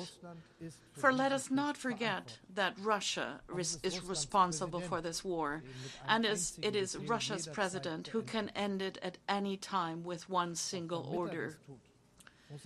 But for him to do that, he has to understand that we, the states of the United Nations, are serious about our principles.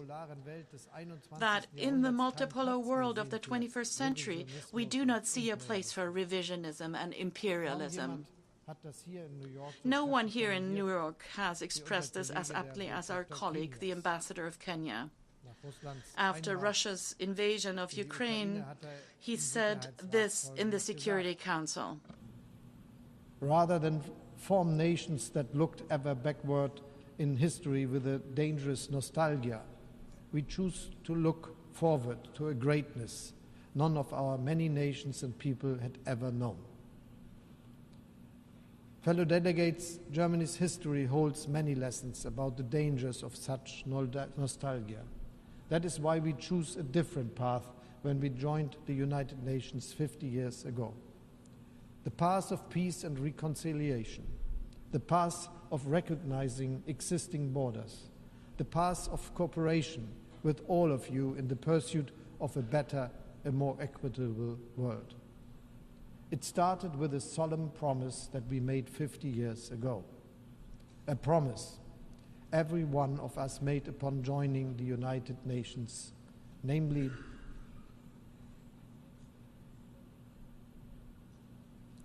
to unite our strength to maintain international peace and security. Let us all do our best to live up to that promise. Vielen Dank.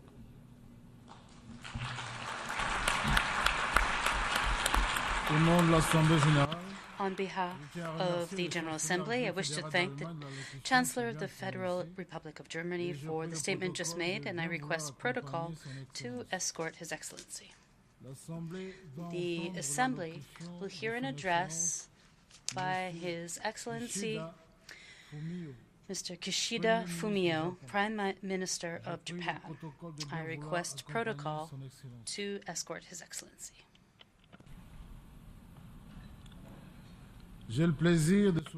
I have great pleasure in welcoming His Excellency Kishida Fumio, Prime Minister of Japan. I invite him to address the Assembly.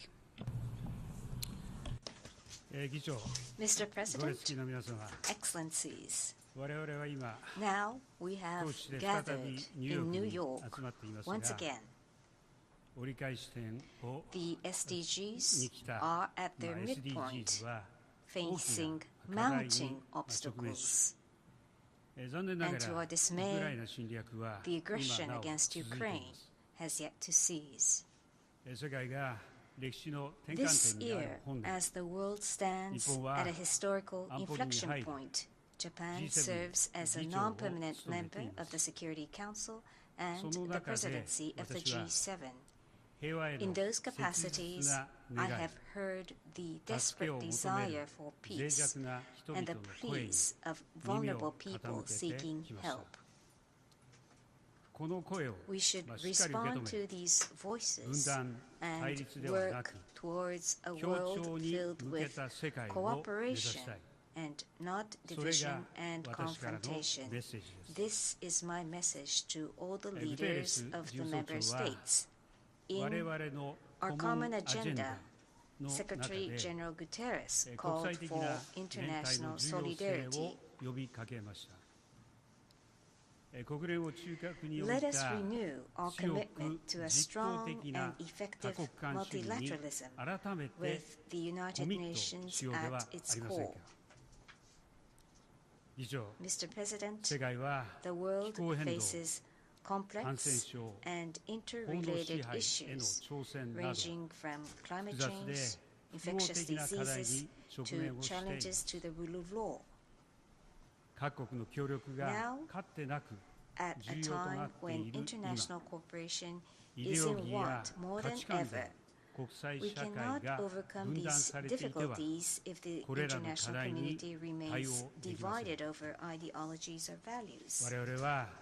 That is why I believe we should go back to the very basic foundation of treating human life and dignity with paramount importance. We should aim for a world caring for human dignity, where vulnerable people can live safely and securely. At a time when the international community is facing multiple crises and increasingly being divided, we need a common language which resonates with all of us. By shedding new light on human dignity, I believe the international community can overcome differences in regimes or values and steadily advance human-centered international cooperation. Japan has led human-centered international cooperation based on the concept of human security. With this approach, we need to accelerate the efforts among the international community to achieve the SDGs.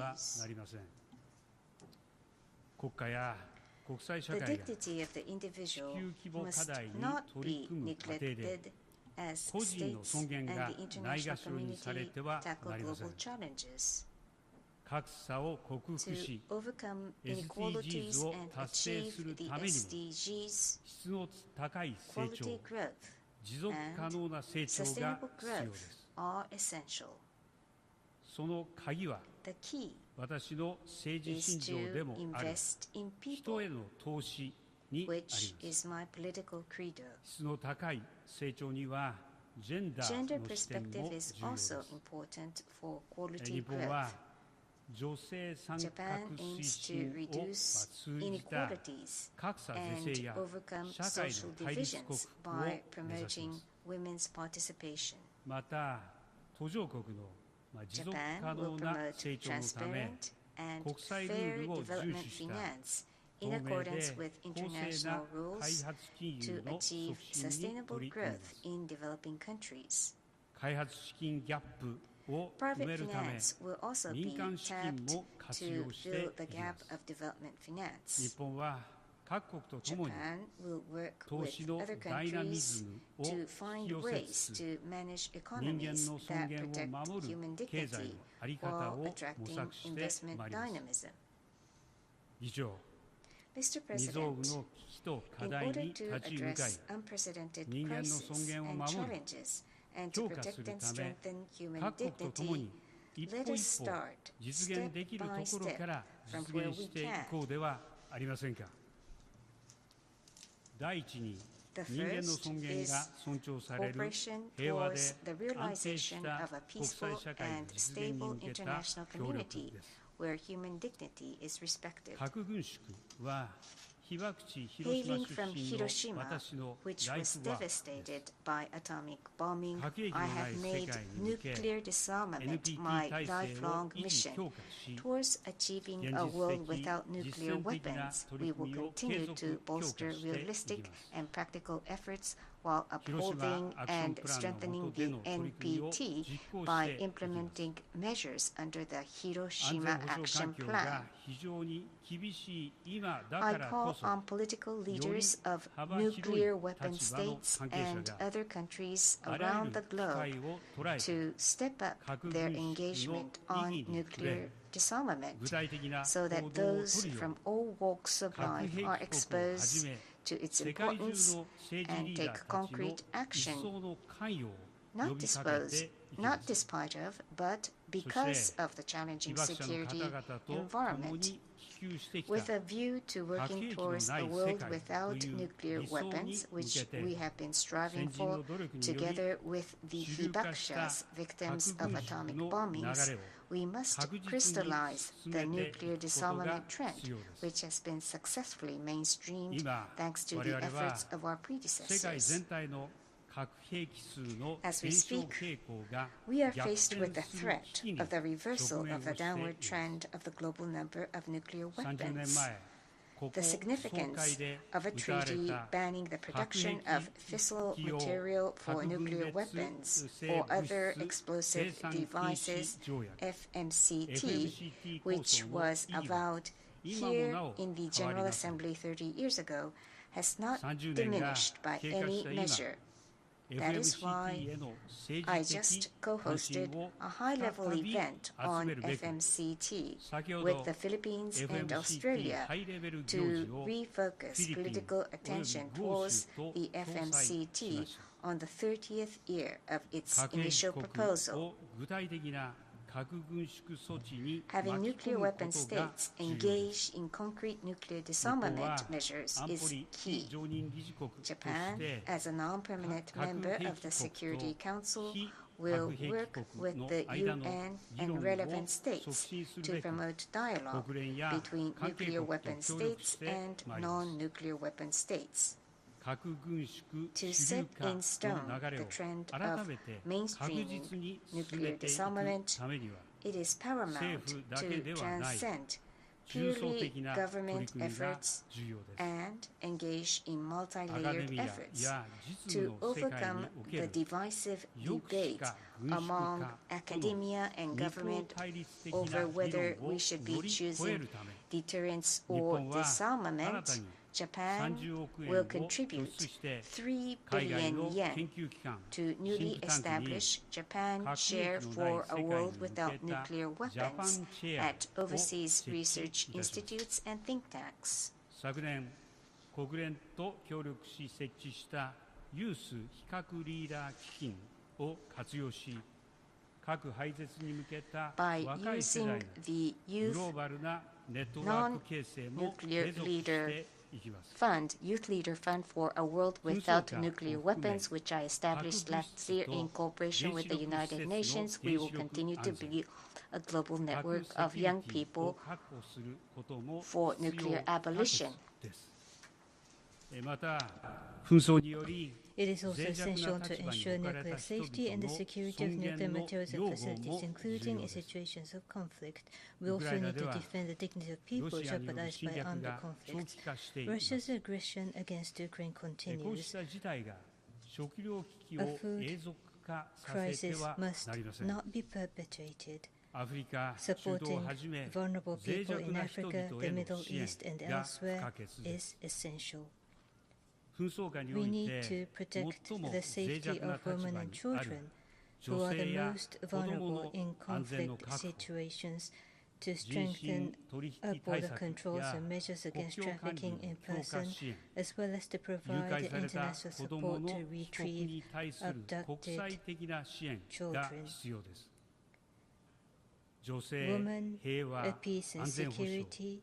WPS places women as crucial and active players in relevant policies for peace and security, and Japan will continue to promote this agenda.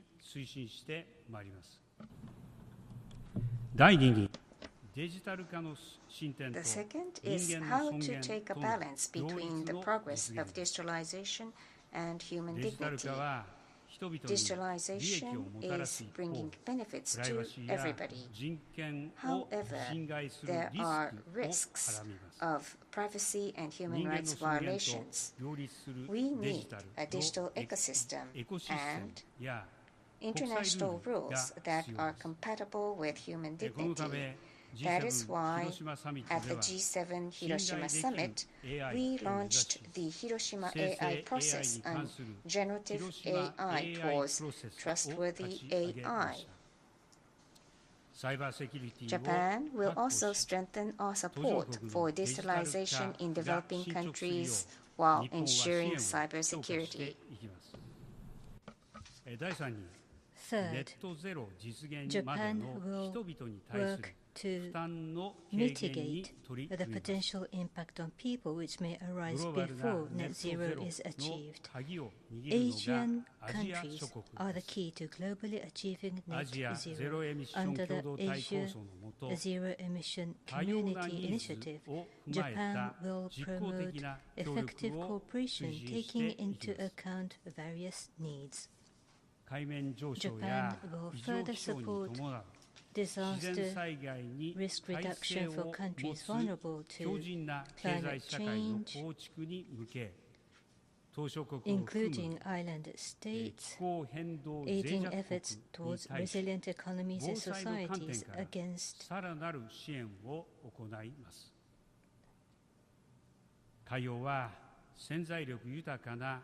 sea level rise and natural disasters associated with extreme weather events. The ocean is a new frontier with abundant potential, and it is essential to take comprehensive measures, including making use of blue carbon to tackle climate change. The perspective of international law is also important. Japan supports the preservation of existing baselines under the UN Convention on the Law of the Sea, even after the future regression of a coastline due to the sea level rise. As the G7 presidency, we have set a framework for cooperation on biodiversity conservation and a target of reducing additional plastic pollution to zero by 2040. Japan will continue to contribute in the field of environmental protection. Fourth, we must prepare for the next infectious disease outbreak. We must be ready for the next infectious disease, learning from the lessons through the fight against COVID-19. As the G7, both the public and private sectors have pledged more than $48 billion to achieve universal health coverage and to strengthen prevention, preparedness, and response to health crisis. Japan will contribute $7.5 billion for the period of 2022 through 2025. Together with the mobilization of domestic financial resources, Japan supports mobilizing financial resources in the private sector through the promotion of impact investment. Japan will continue to work with developing countries, including emerging economies, to ensure equitable access to medical countermeasures for health emergencies, MCMs based on the G20 outcomes. Mr. President, at a time when the world is at a historical inflection point, we must reflect on how we started here. Inscribed in the Charter of the United Nations is the firm determination of our predecessors after the experience of 2 world wars to save succeeding generations from the scourge of war and to protect human dignity. The principles of the UN Charter, such as sovereign equality, respect for territorial integrity, and the prohibition of the use of force, are fundamental principles of international law for people to live in peace and provide the basis of the rule of law.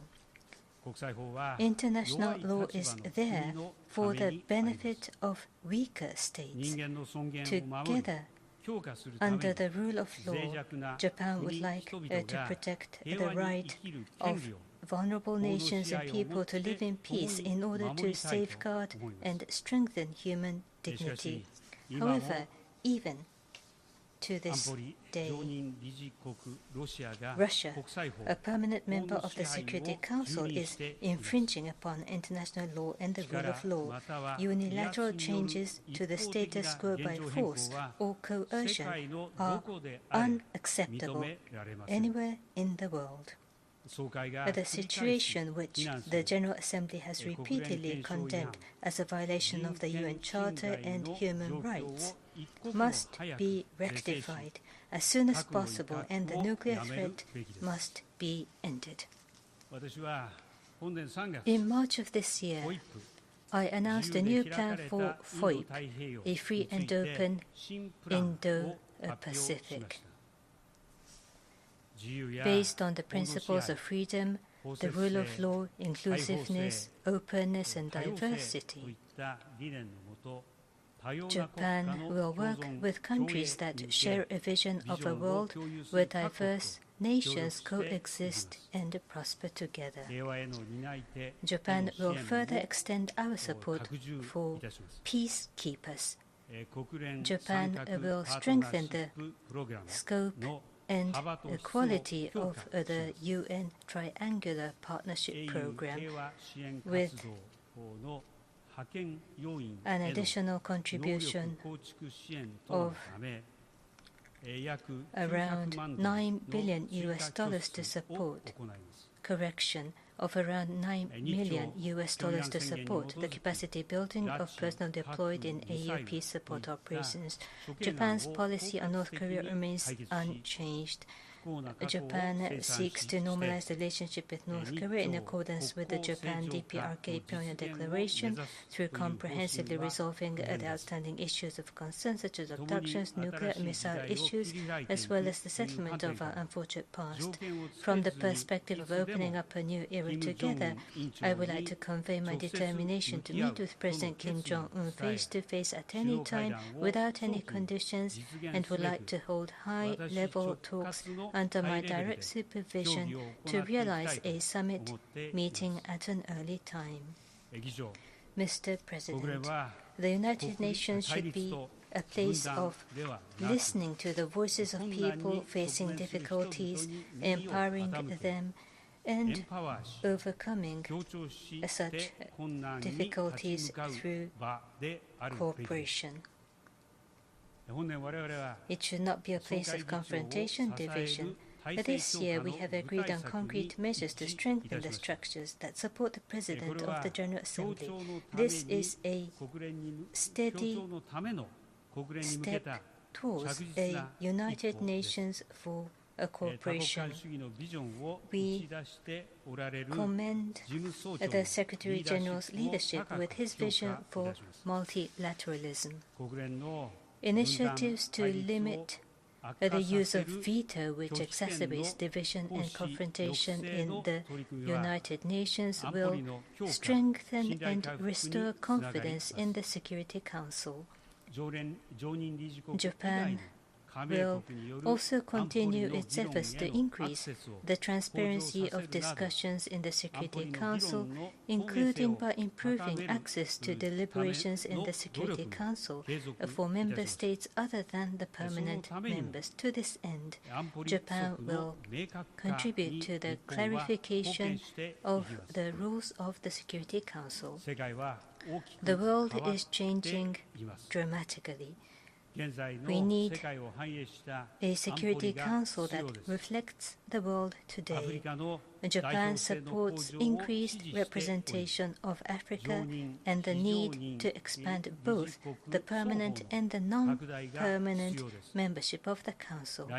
Looking ahead to next year's Summit of the Future and the subsequent 80th anniversary of the United Nations, now is the opportunity to move to concrete action.